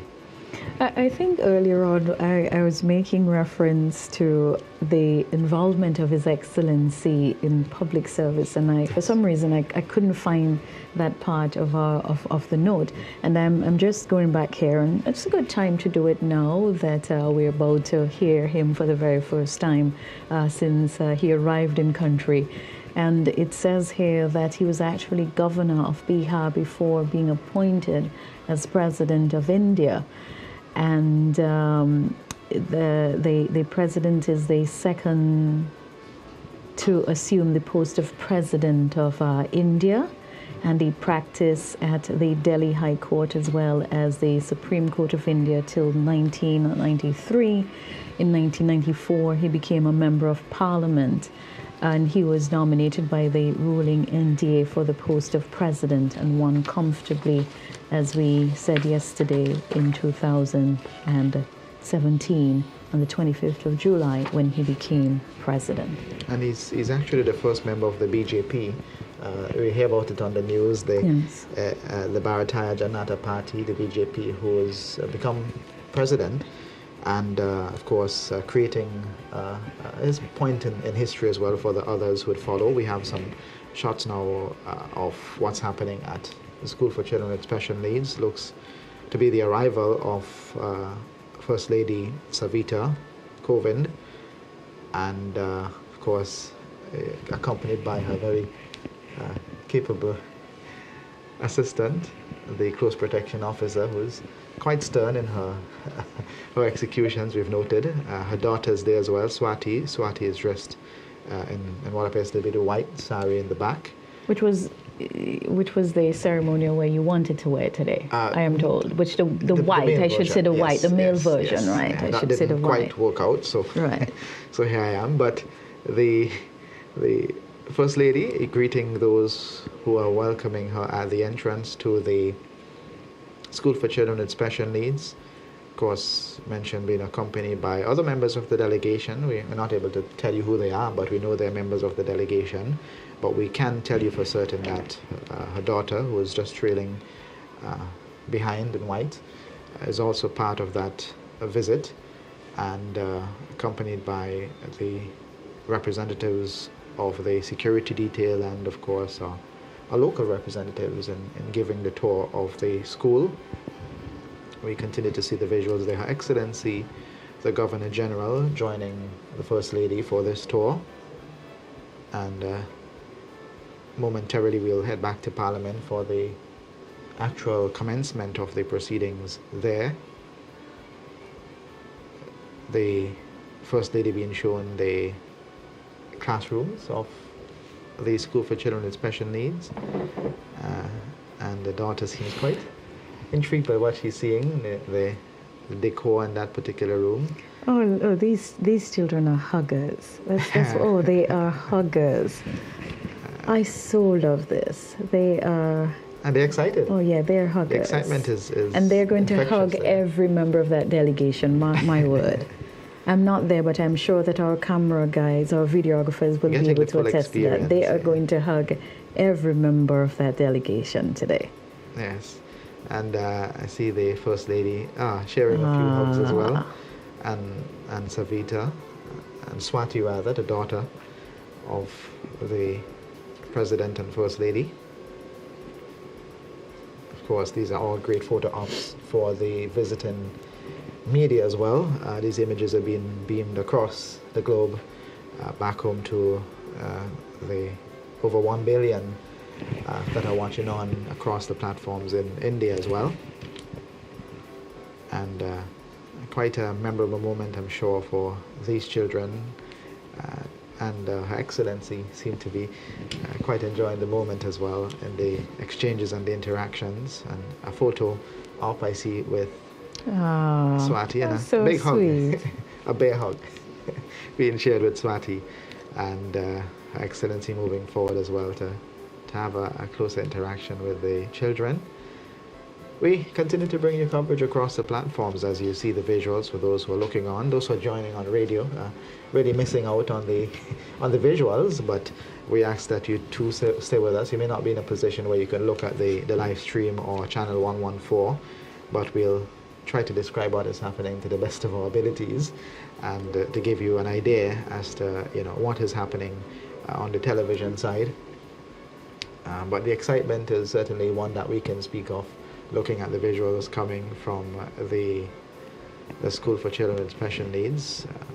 The happening side by side is the function at the House of Assembly, where we saw moments ago the President arriving and the other members of his delegation, and the Speaker of the House, the Honourable Prime Minister, Honourable Leader of the Opposition, already present at the chamber to greet His Excellency.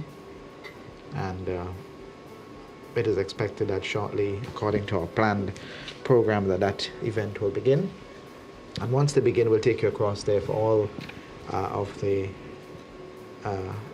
all of the audio and the visuals of that event. I see some chocolate bars, it appears, that being presented to the students by the members of the visiting group, Mrs. Coven, First Lady Coven, and Swati. And we hope that wherever you are viewing and listening to us, that you will stay with us for the duration of our continued coverage across the platforms as we bring you coverage of the visit of the President of the Republic of India, His Excellency Ram Nath Kovind. A 7-day visit across the Caribbean on the Caribbean tour. First to the land of wood and water, Jamaica, now to home of the blessed, land of the blessed, Hairuna, all paradise here on earth, St. Vincent and the Grenadines. And we welcome President Kovind, the First Lady, and their daughter Swati to our island paradise.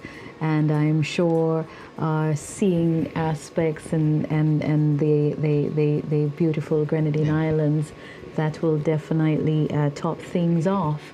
We certainly live in a paradise called St. Vincent and the Grenadines, and this is our home, and we're happy to share it with the President of India, who's visiting with us until basically tomorrow, his last day here tomorrow on an official 3-day visit.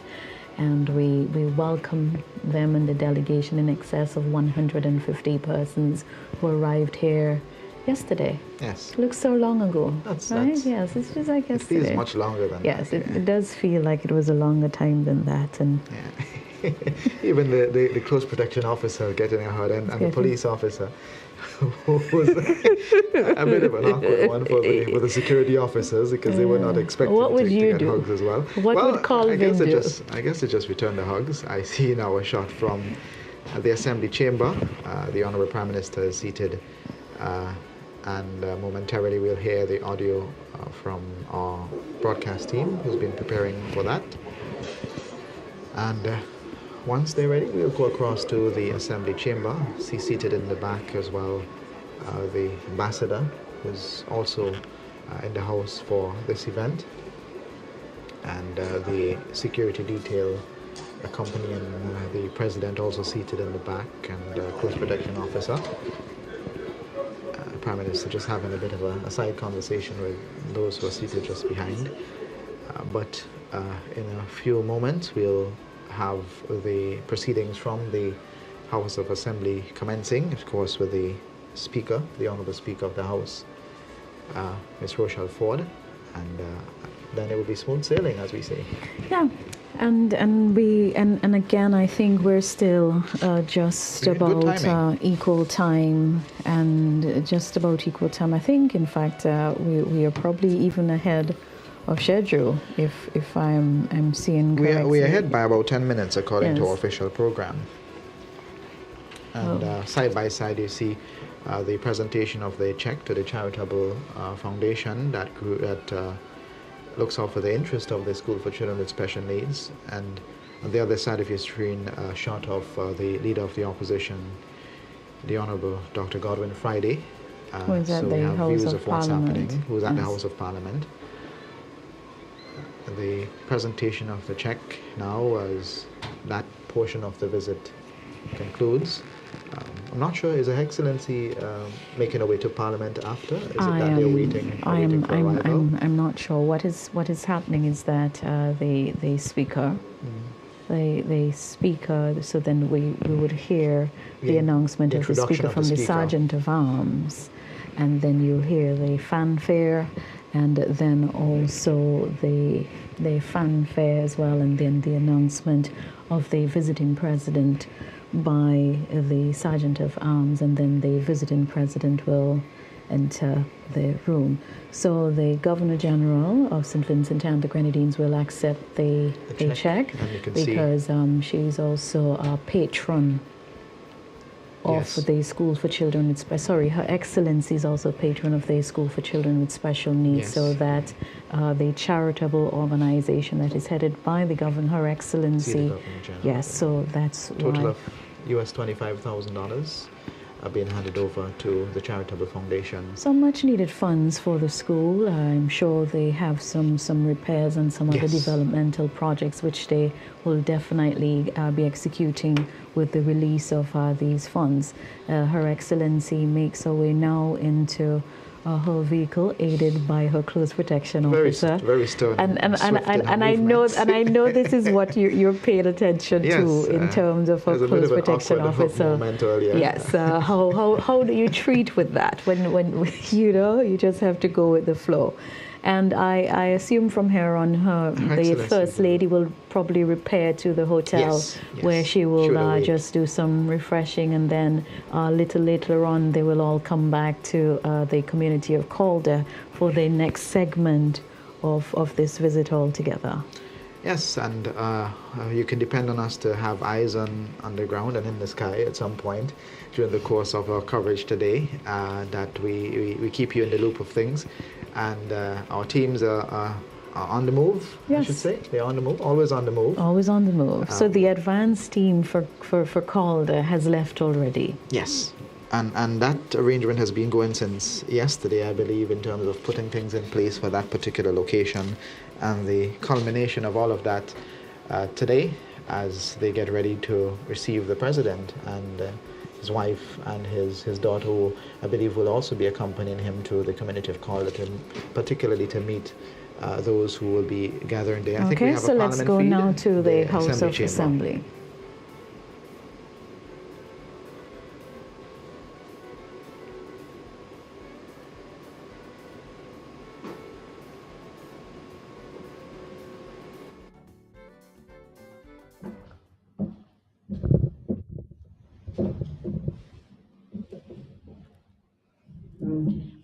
Let us pray. Almighty God, who in thy wisdom and goodness has appointed the offices of rulers and parliaments for the welfare of society and the just government of men, we beseech thee to behold with thy abundant favor us thy servants, whom thou hast been pleased to call to the performance of important trusts in this land. Let thy blessing descend upon us here in this house assembled, and grant that we may treat and consider all matters that shall come under our deliberation in so just and faithful a manner as to promote thy honor and glory, and to advance the peace, prosperity, and welfare of St. Vincent and the Grenadines, and of those whose interests thou hast committed to our charge. Amen. Pray, be seated.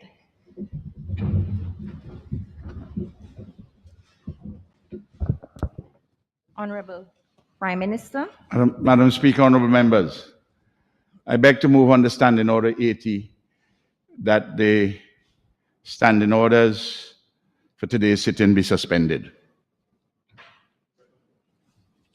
Yes, I'm granting leave for that application. Honorable members, the question is that the standing orders be suspended for today's sitting pursuant to Standing Order 80. As many as are of that opinion, say aye. As many as are of the contrary opinion, say no. I think the ayes have it. The ayes have it. We now await the entry into the chamber of His Excellency, the President of the Republic of India.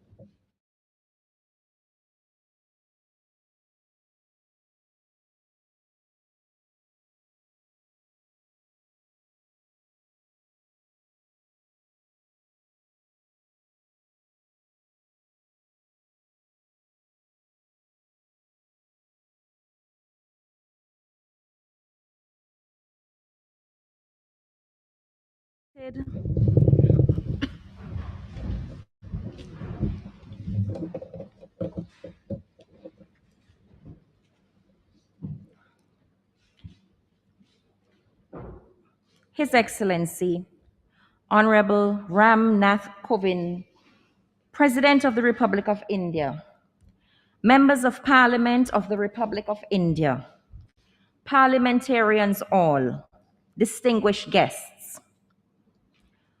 When the history of our nation is written, the chapters on parliamentary sittings will be warmly adorned by the memory of this visit, one which brings us face to face at a time when most all else over the past 2 years has been virtual. This magnanimous act is demonstrative of the continuing long-standing friendship between our nations. Mine is the distinct privilege to welcome you, Your Excellency, and persons of your official delegation to the Parliament of St. Vincent and the Grenadines. We are indeed elated to host you as our guests. Today is even more special for me on a personal level, as it is the first official visit to our Parliament by a sitting head of state since I was elected Speaker of the House. And for this, I say thank you.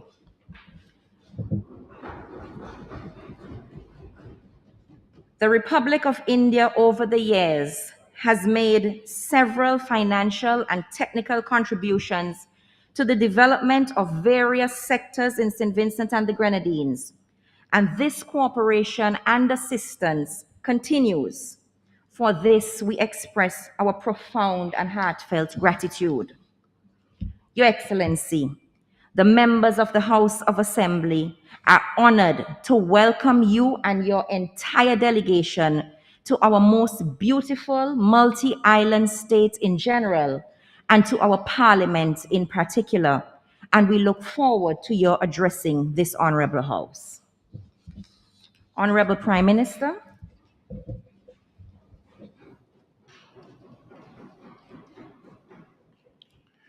Madam Speaker, honorable members, on behalf of our government and people, I formally welcome to St. Vincent and the Grenadines His Excellency Ram Nath Kovind, the President of the Republic of India, his wife, his daughter, and official delegation. I take this opportunity to express solidarity, greetings to my friend, the Honorable Narendra Modi, the Prime Minister of India, his family, his government, and the magnificent people of India. Today is truly historic in the relations between our two countries. It is the first time that the President of India is visiting us. And it is the first time, too, that the head of state or any other high office holder of India is addressing our parliament. Your Excellency, we are most honored by your esteemed presence. We are thrilled that you have chosen to visit us alongside Jamaica on your current Caribbean journey. This is truly extraordinary. It is of inestimable consequence. St. Vincent and the Grenadines and India are inextricably bound to each other through ties of blood. Our commitment to democratic values and liberty, our stance of non-alignment from hegemonic power blocs globally, our quest for peace, security, and progress for all nations and peoples, and our practical bonds of friendship grounded in high principle and mutual interests. Your Excellency's visit will undoubtedly strengthen further our existing unbreakable ties that bind. Your Excellency, between 1861 and 1881, the records show that 2,472 citizens of colonial India were brought to colonial St. Vincent as indentured servants to work mainly on the plantations owned by Anglo-Saxons. The wrenching crossing of the Kalapani, the taboo of the dark waters from India to the Caribbean, remains for our nationals of Indian descent not only a source of a painful dissolution of identity, but also a resource for an enduring embrace of India and a simultaneous reconstruction of life and living in our Caribbean, in our St. Vincent and the Grenadines. The incubus of British colonialism was unable to defeat or destroy the unconquerable spirit of our indentured brothers and sisters who came to us from the ancient Indian civilization of glory, merit, and worth. Through the fever of our history and the process of creolization, the disparate strands of our population mix, indigenous Kalinago and Garifuna, descendants of enslaved African bodies, of indentured Madeirans and Indians, of the Anglo-Saxon planter merchant elite, and the more recent arrivals from the Middle East. All of these have evolved into an integrated whole, a metaphoric symphony of oneness, in which the occasional dissonances are resolved or muted through informal, even invisible cultural wellsprings or our formal institutions. From all this has arisen a genius of our people, exemplars of social cohesion, inclusiveness, tolerance, and social solidarity in life, living, and production. Your Excellency, daily in innumerable ways, the presence of India is felt in our country beyond the impact of our treasured nationals who are the descendants of indentured servants from 19th century India.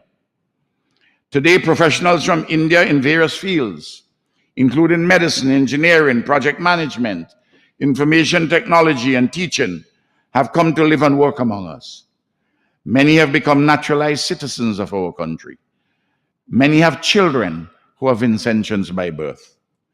Through the outreach of the Indian government, the Global Organization for Persons of Indian Descent, the Indian Heritage Foundation of St. Vincent and the Grenadines, and with the active support of the government of our country, the joinder between our two civilizations is deepening and broadening. This is a most uplifting enterprise. We commemorate in remembrance and hopefulness Indian Arrival Day every year in the month of June. And of course, our people have arguments about whether Brian Lara or Sachin Tendulkar is the best batsman of the 21st century. We watch the IPL on TV, and we all have our favorite teams. And many of our people are Bollywood fans. Practically all of us are fond of Indian cuisine. And the list goes on.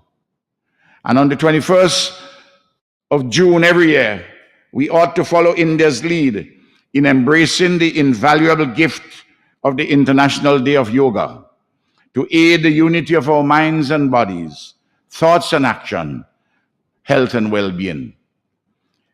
Your Excellency, there is a beauty, an amazing grace and wondrous ease in the telling story of the close bilateral nexus between our two geographically distant countries of unequal power, conjoined within the frame of a multilateralism of nobility and compelling congruence. Our Caribbean civilization, including its Vincentian component, is young, searching, and enterprising. That of India is old, revered, and vibrant. St. Vincent and the Grenadines has a population of 110,000.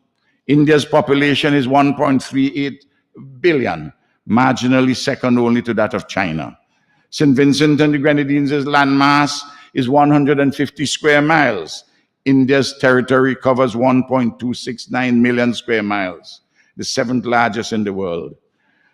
St. Vincent and the Grenadines has a gross domestic product of US 870 million. India's is 3.54 trillion US dollars, the fifth largest economy in the world and the fastest growing this year. India is a growing world power which cannot be ignored. St. Vincent and the Grenadines, a small island developing state, insisting on its rightful place at the global table. Still, these unequal measures hamper not our close friendship.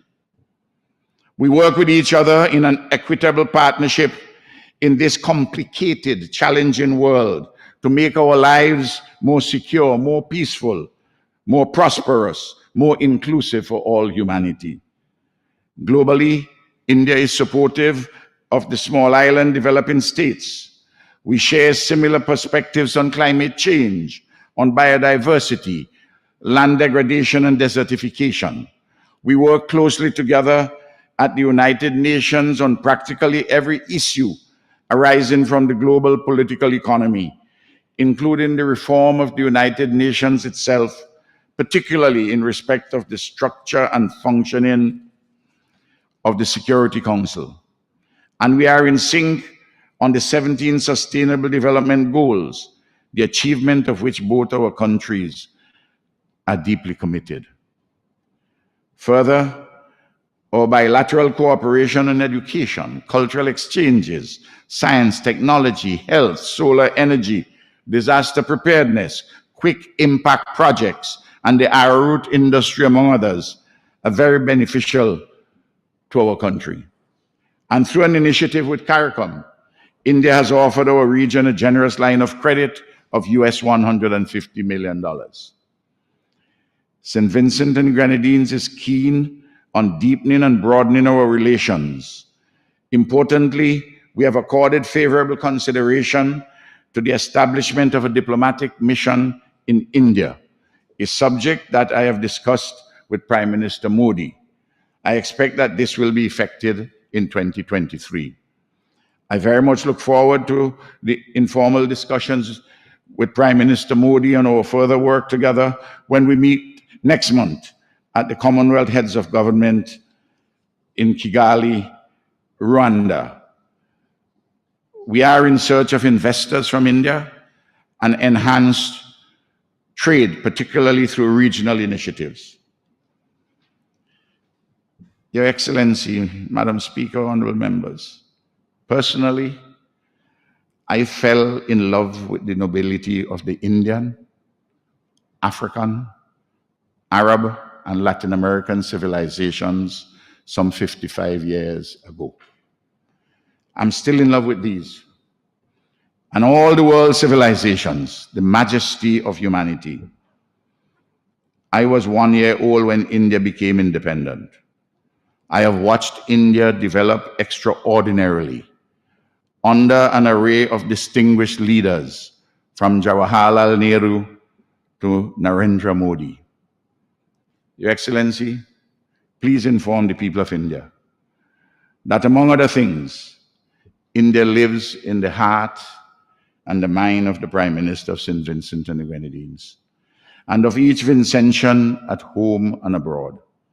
Long may all this so remain, a unison between the civilizations of India and our Caribbean, our St. Vincent and the Grenadines. Welcome again, Your Excellency, and thank you.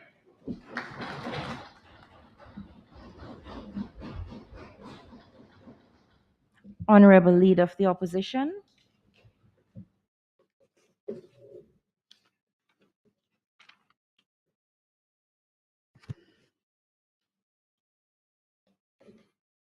Thank you. Thank you, Madam Speaker.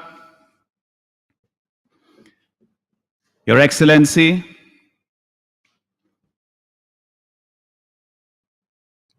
greetings to you and your entire delegation. I extend this welcome to you also on behalf of my colleagues, members of the opposition. We welcome you as the head of state of your great nation, the Republic of India, and as a friend.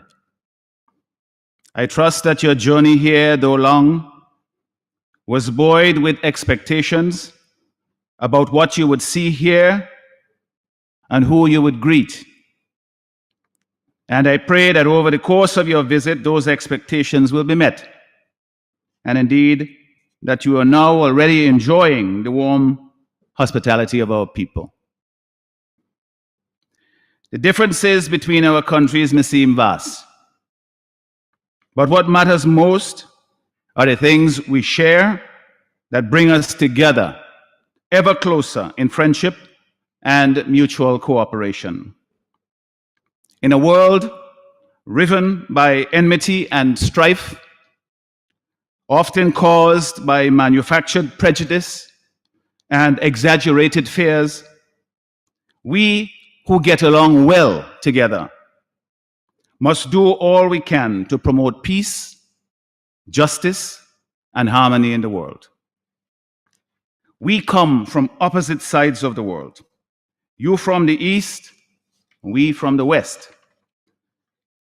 You are a great and ancient civilization, interrupted by colonial rule, but once more on a path to wonderful things. Of your own choosing, forged by your own hands.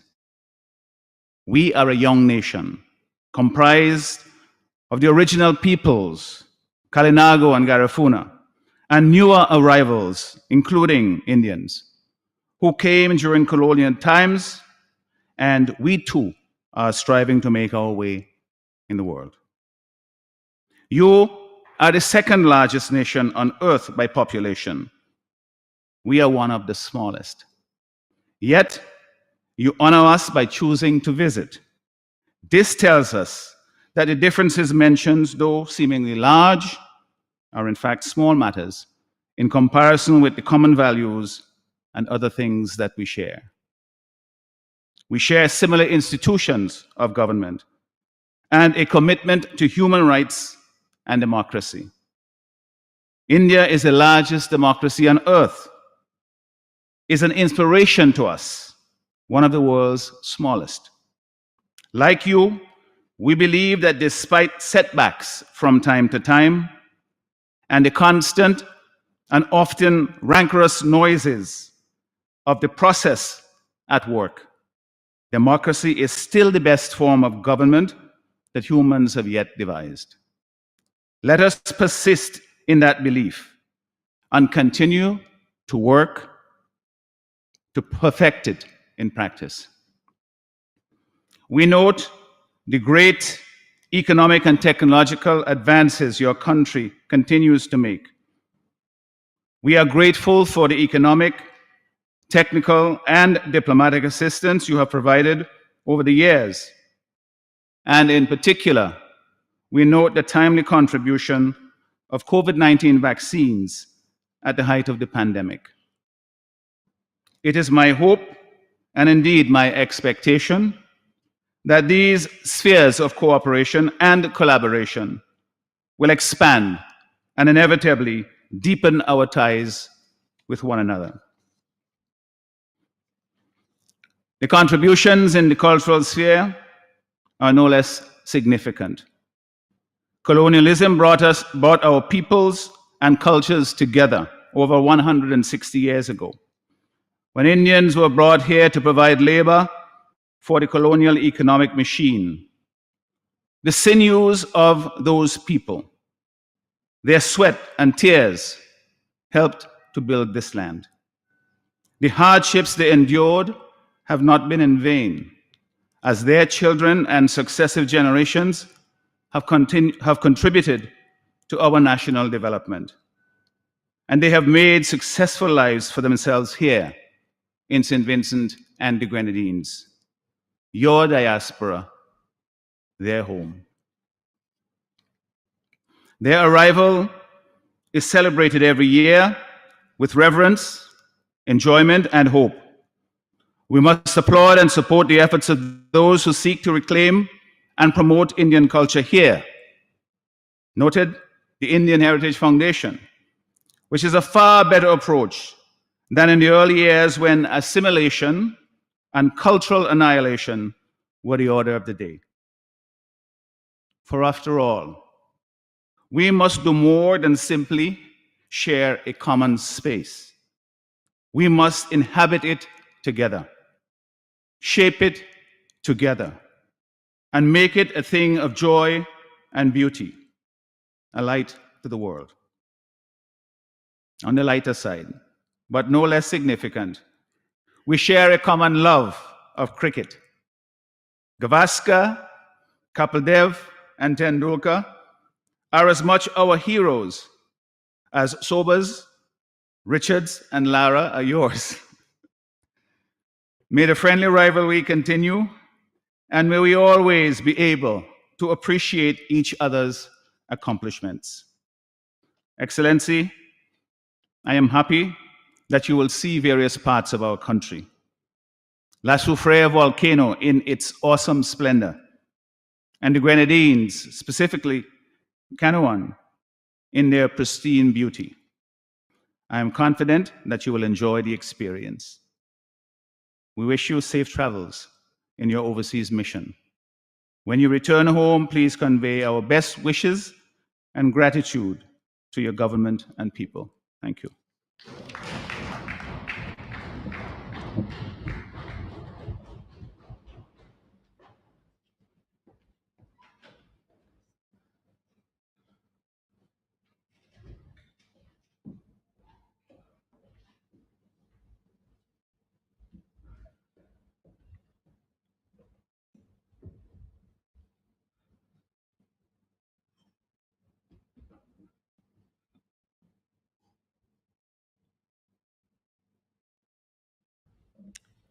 His Excellency, President of the Republic of India.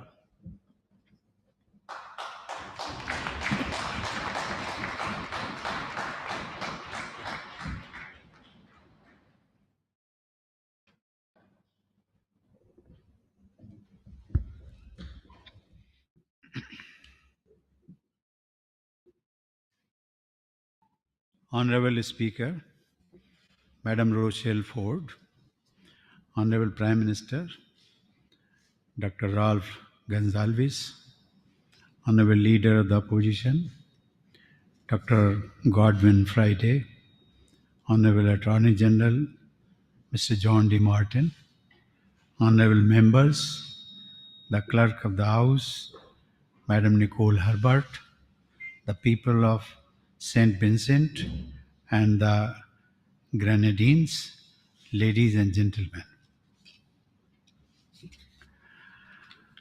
I am grateful to you all for the welcome and hospitality extended to me and my delegation. This is not only my first visit to your beautiful country, but also the first ever visit by a President of India to St. Vincent and the Grenadines. I am happy to be here among the honorable members of Parliament. Being a legislator entails a deep sense of commitment and dedication in order to realize the dreams and aspirations of our people. India and St. Vincent and the Grenadines have historical relations established by our forefathers years ago, even before our countries had become independent. We are both multiracial societies with a common history of British colonial rule.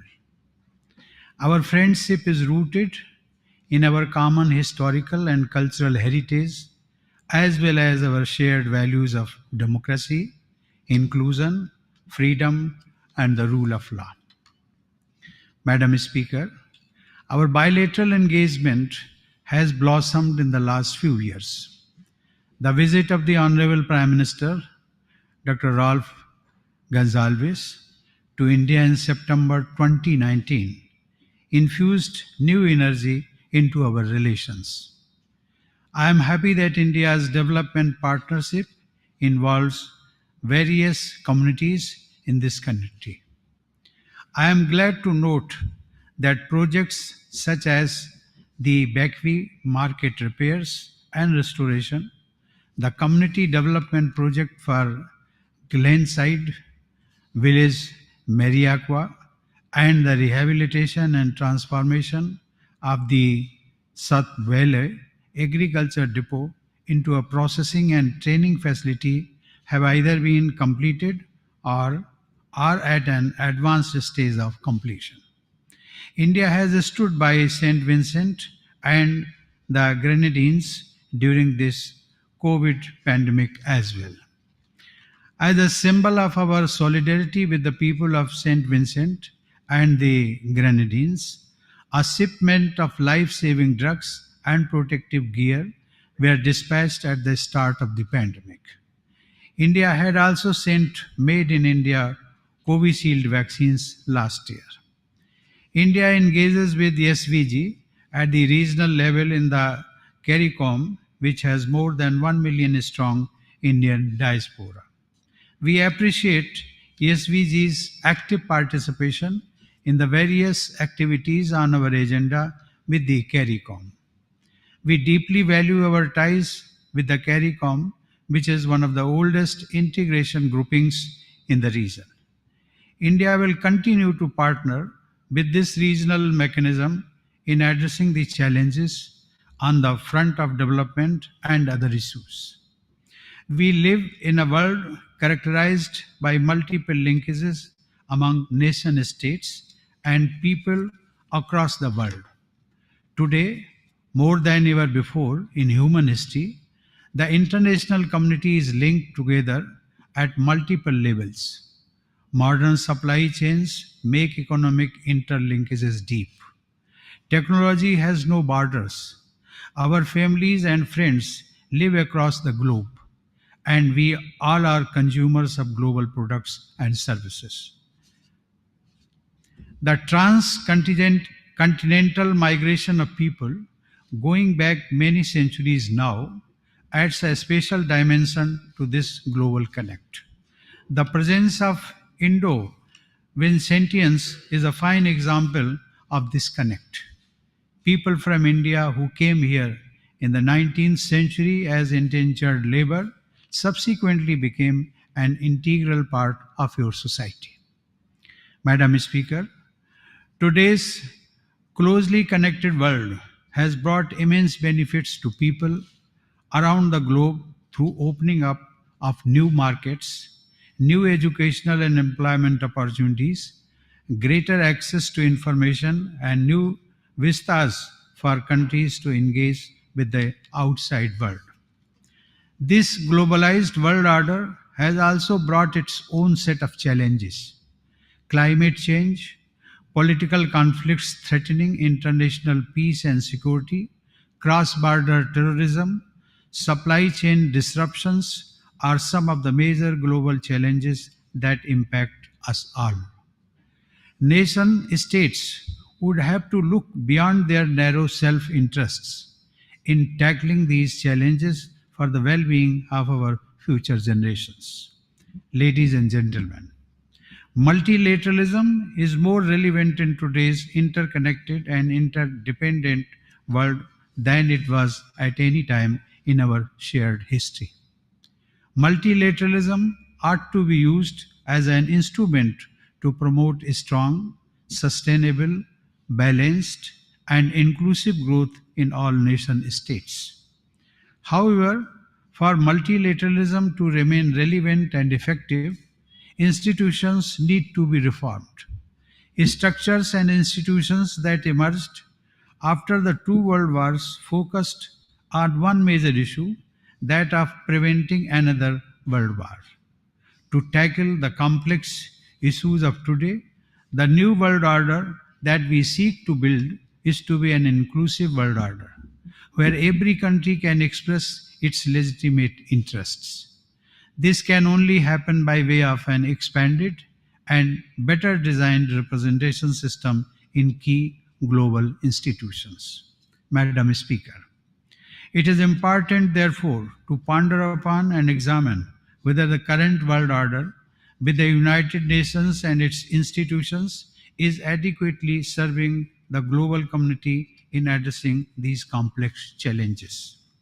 Our objective in advocating for an inclusive world order is to promote a universal, rules-based, open, transparent, predictable, non-discriminatory, and equitable multilateral system.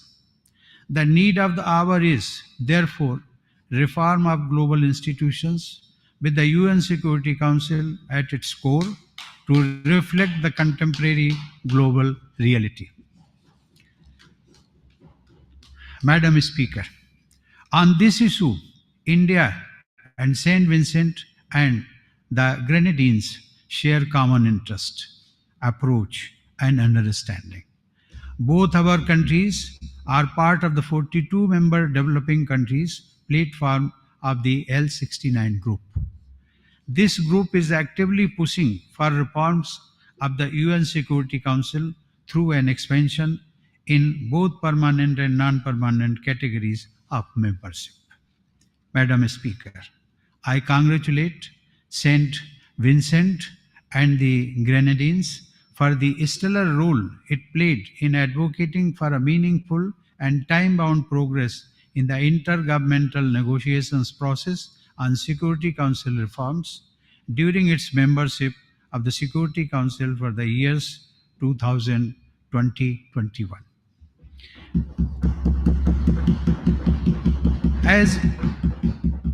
As India celebrates 75 years of its independence, we are taking forward our engagement with the world in line with our philosophy of Vasudhaiva Kutumbakam, or the world is one family.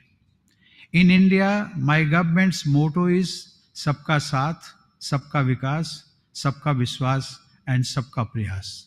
That is, together with all, development for all, with everyone's trust and with everyone's efforts. This also demonstrates India's approach in the global arena, which means India believes in an inclusive world order that is sensitive to legitimate interests and concerns of every country and region, irrespective of its size or wealth. We think and act for the future of entire humanity. India has remained steadfast in its commitment to share its experience, knowledge, and skills acquired in its journey of development with fellow developing countries. I am confident that India and Saint Vincent and the Grenadines will continue to work closely together in advancing these shared objectives for an inclusive world order. With these words, Madam Speaker, let me thank for giving me an opportunity to address this August Assembly. It is an honor for me to be here today on behalf of the world's largest democracy. It was a pleasure sharing my thoughts with you. I wish the people of India and Saint Vincent and the Grenadines a very bright future. Thank you.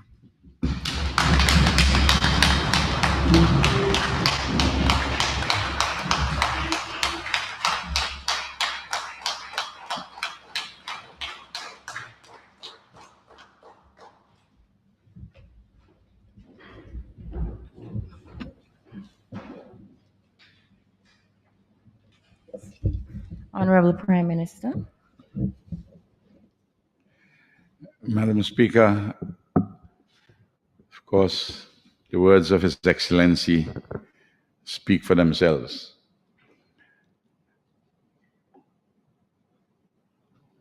I believe that you're asking me to move the motion for the adjournment.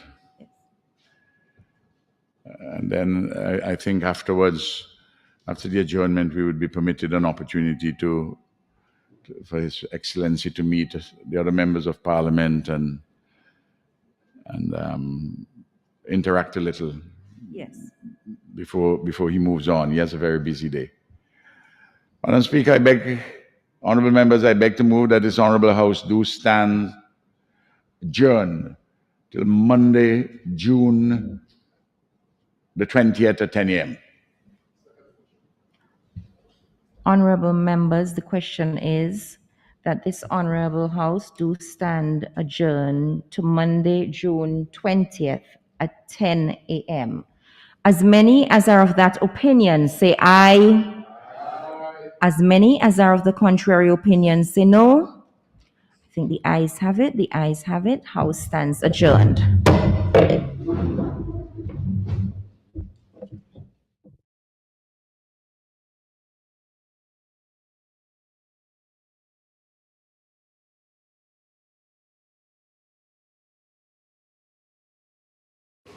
Well, thank you very much, and we welcome you back to our broadcast here this afternoon, where we've just had the adjournment of the meeting, the special sitting of the House of Assembly in St. Vincent and the Grenadines, a special honor and in tribute to the President of India, His Excellency Ramnath Kovind, who, along with Prime Minister Dr. the Honorable Ralph Gonsalves and the Leader of the Opposition, the Honorable Dr. Godwin Friday, made remarks in the House of Assembly. Colvin. Yes, and quite an eventful occasion on this, or the visit of His Excellency the President. A very comprehensive presentation by all parties involved today at the Assembly Chamber, and as we look at the visuals of His Excellency and his delegation greeting the other members of Parliament who are at that special sitting today. There'll be a moment as well for photographs, as is customary, and then the next major event on our setup would be for this afternoon at Calder. The Speaker, the Honourable Rochelle Ford, in her remarks did say that today was a very momentous day for her. In the importance of having the Indian President being in St. Vincent and the Grenadines, especially in light of the COVID-19 pandemic. And of course, momentous for her because this is the first time since she has been sworn in as Speaker of the House of Assembly that she's had an Indian president or a president of any kind at all coming to the Assembly chambers here in St. Vincent and the Grenadines. No doubt saying how important that is for her.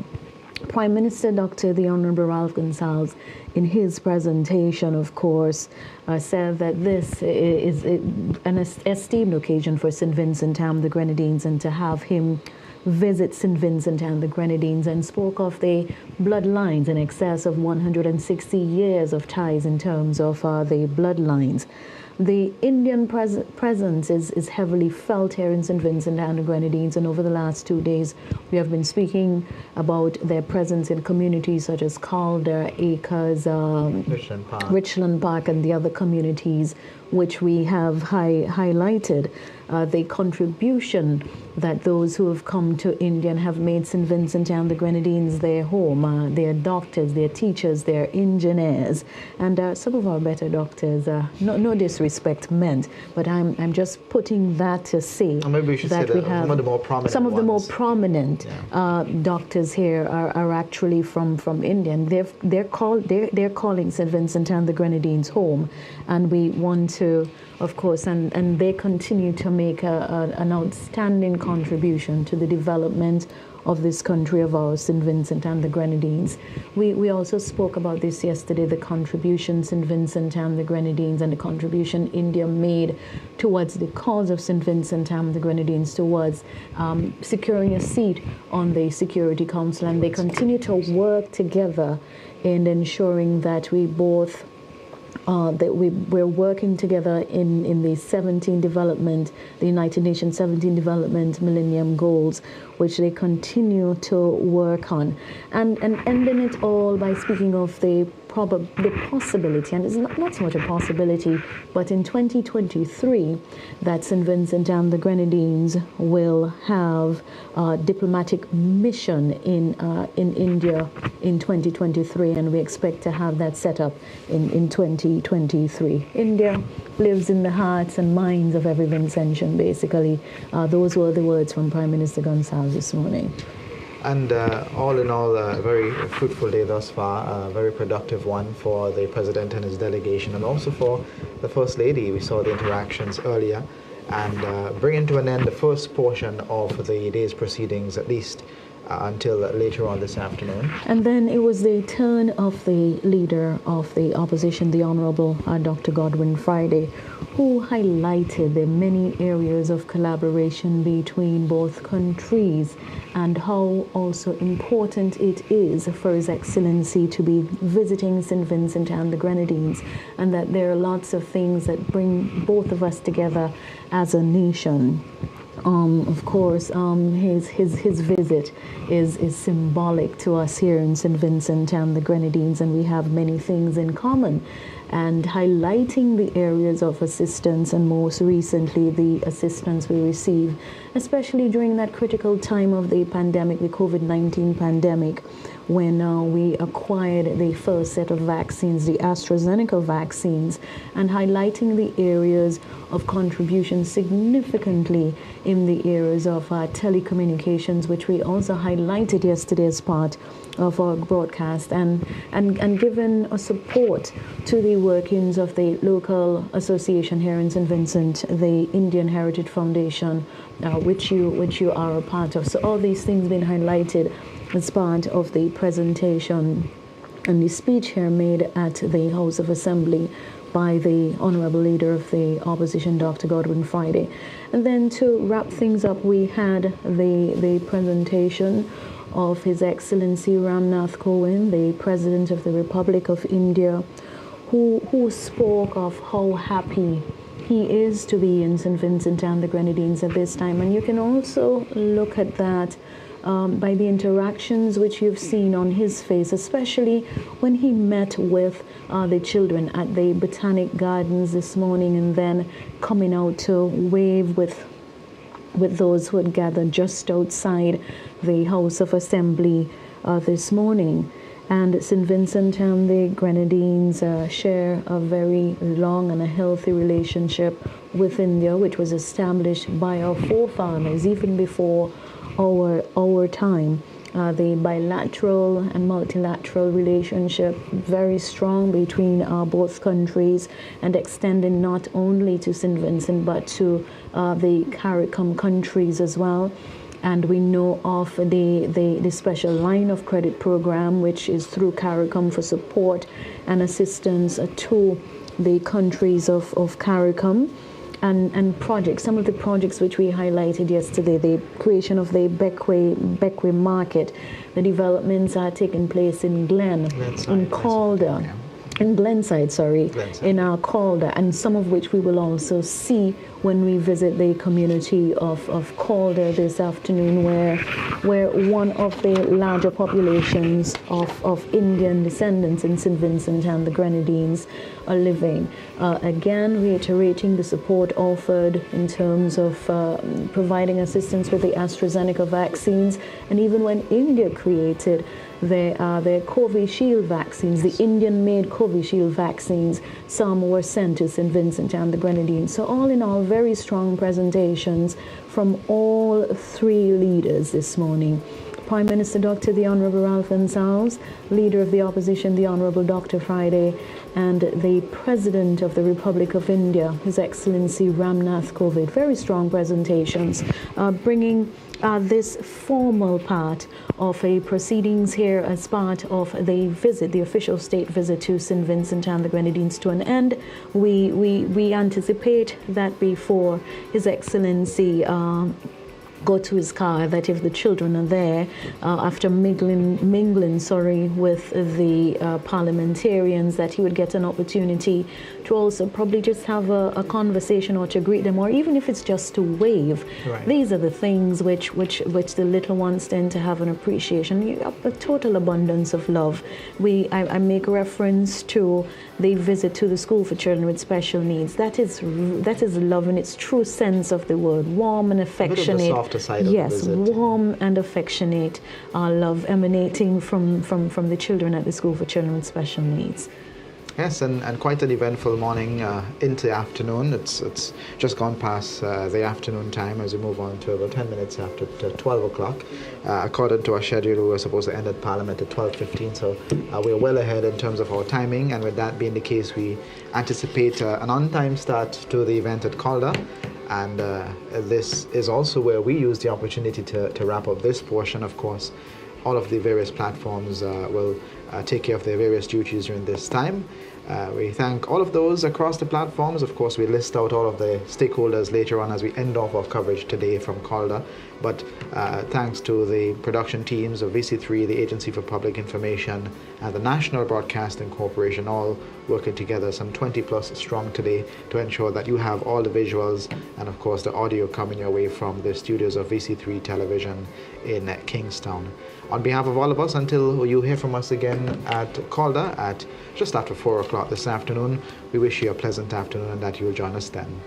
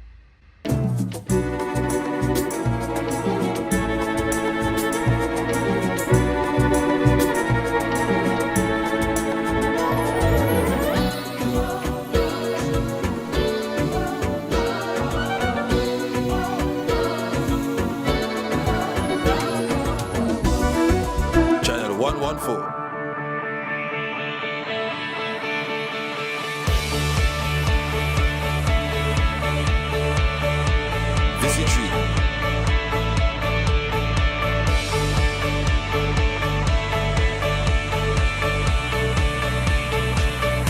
Channel 114.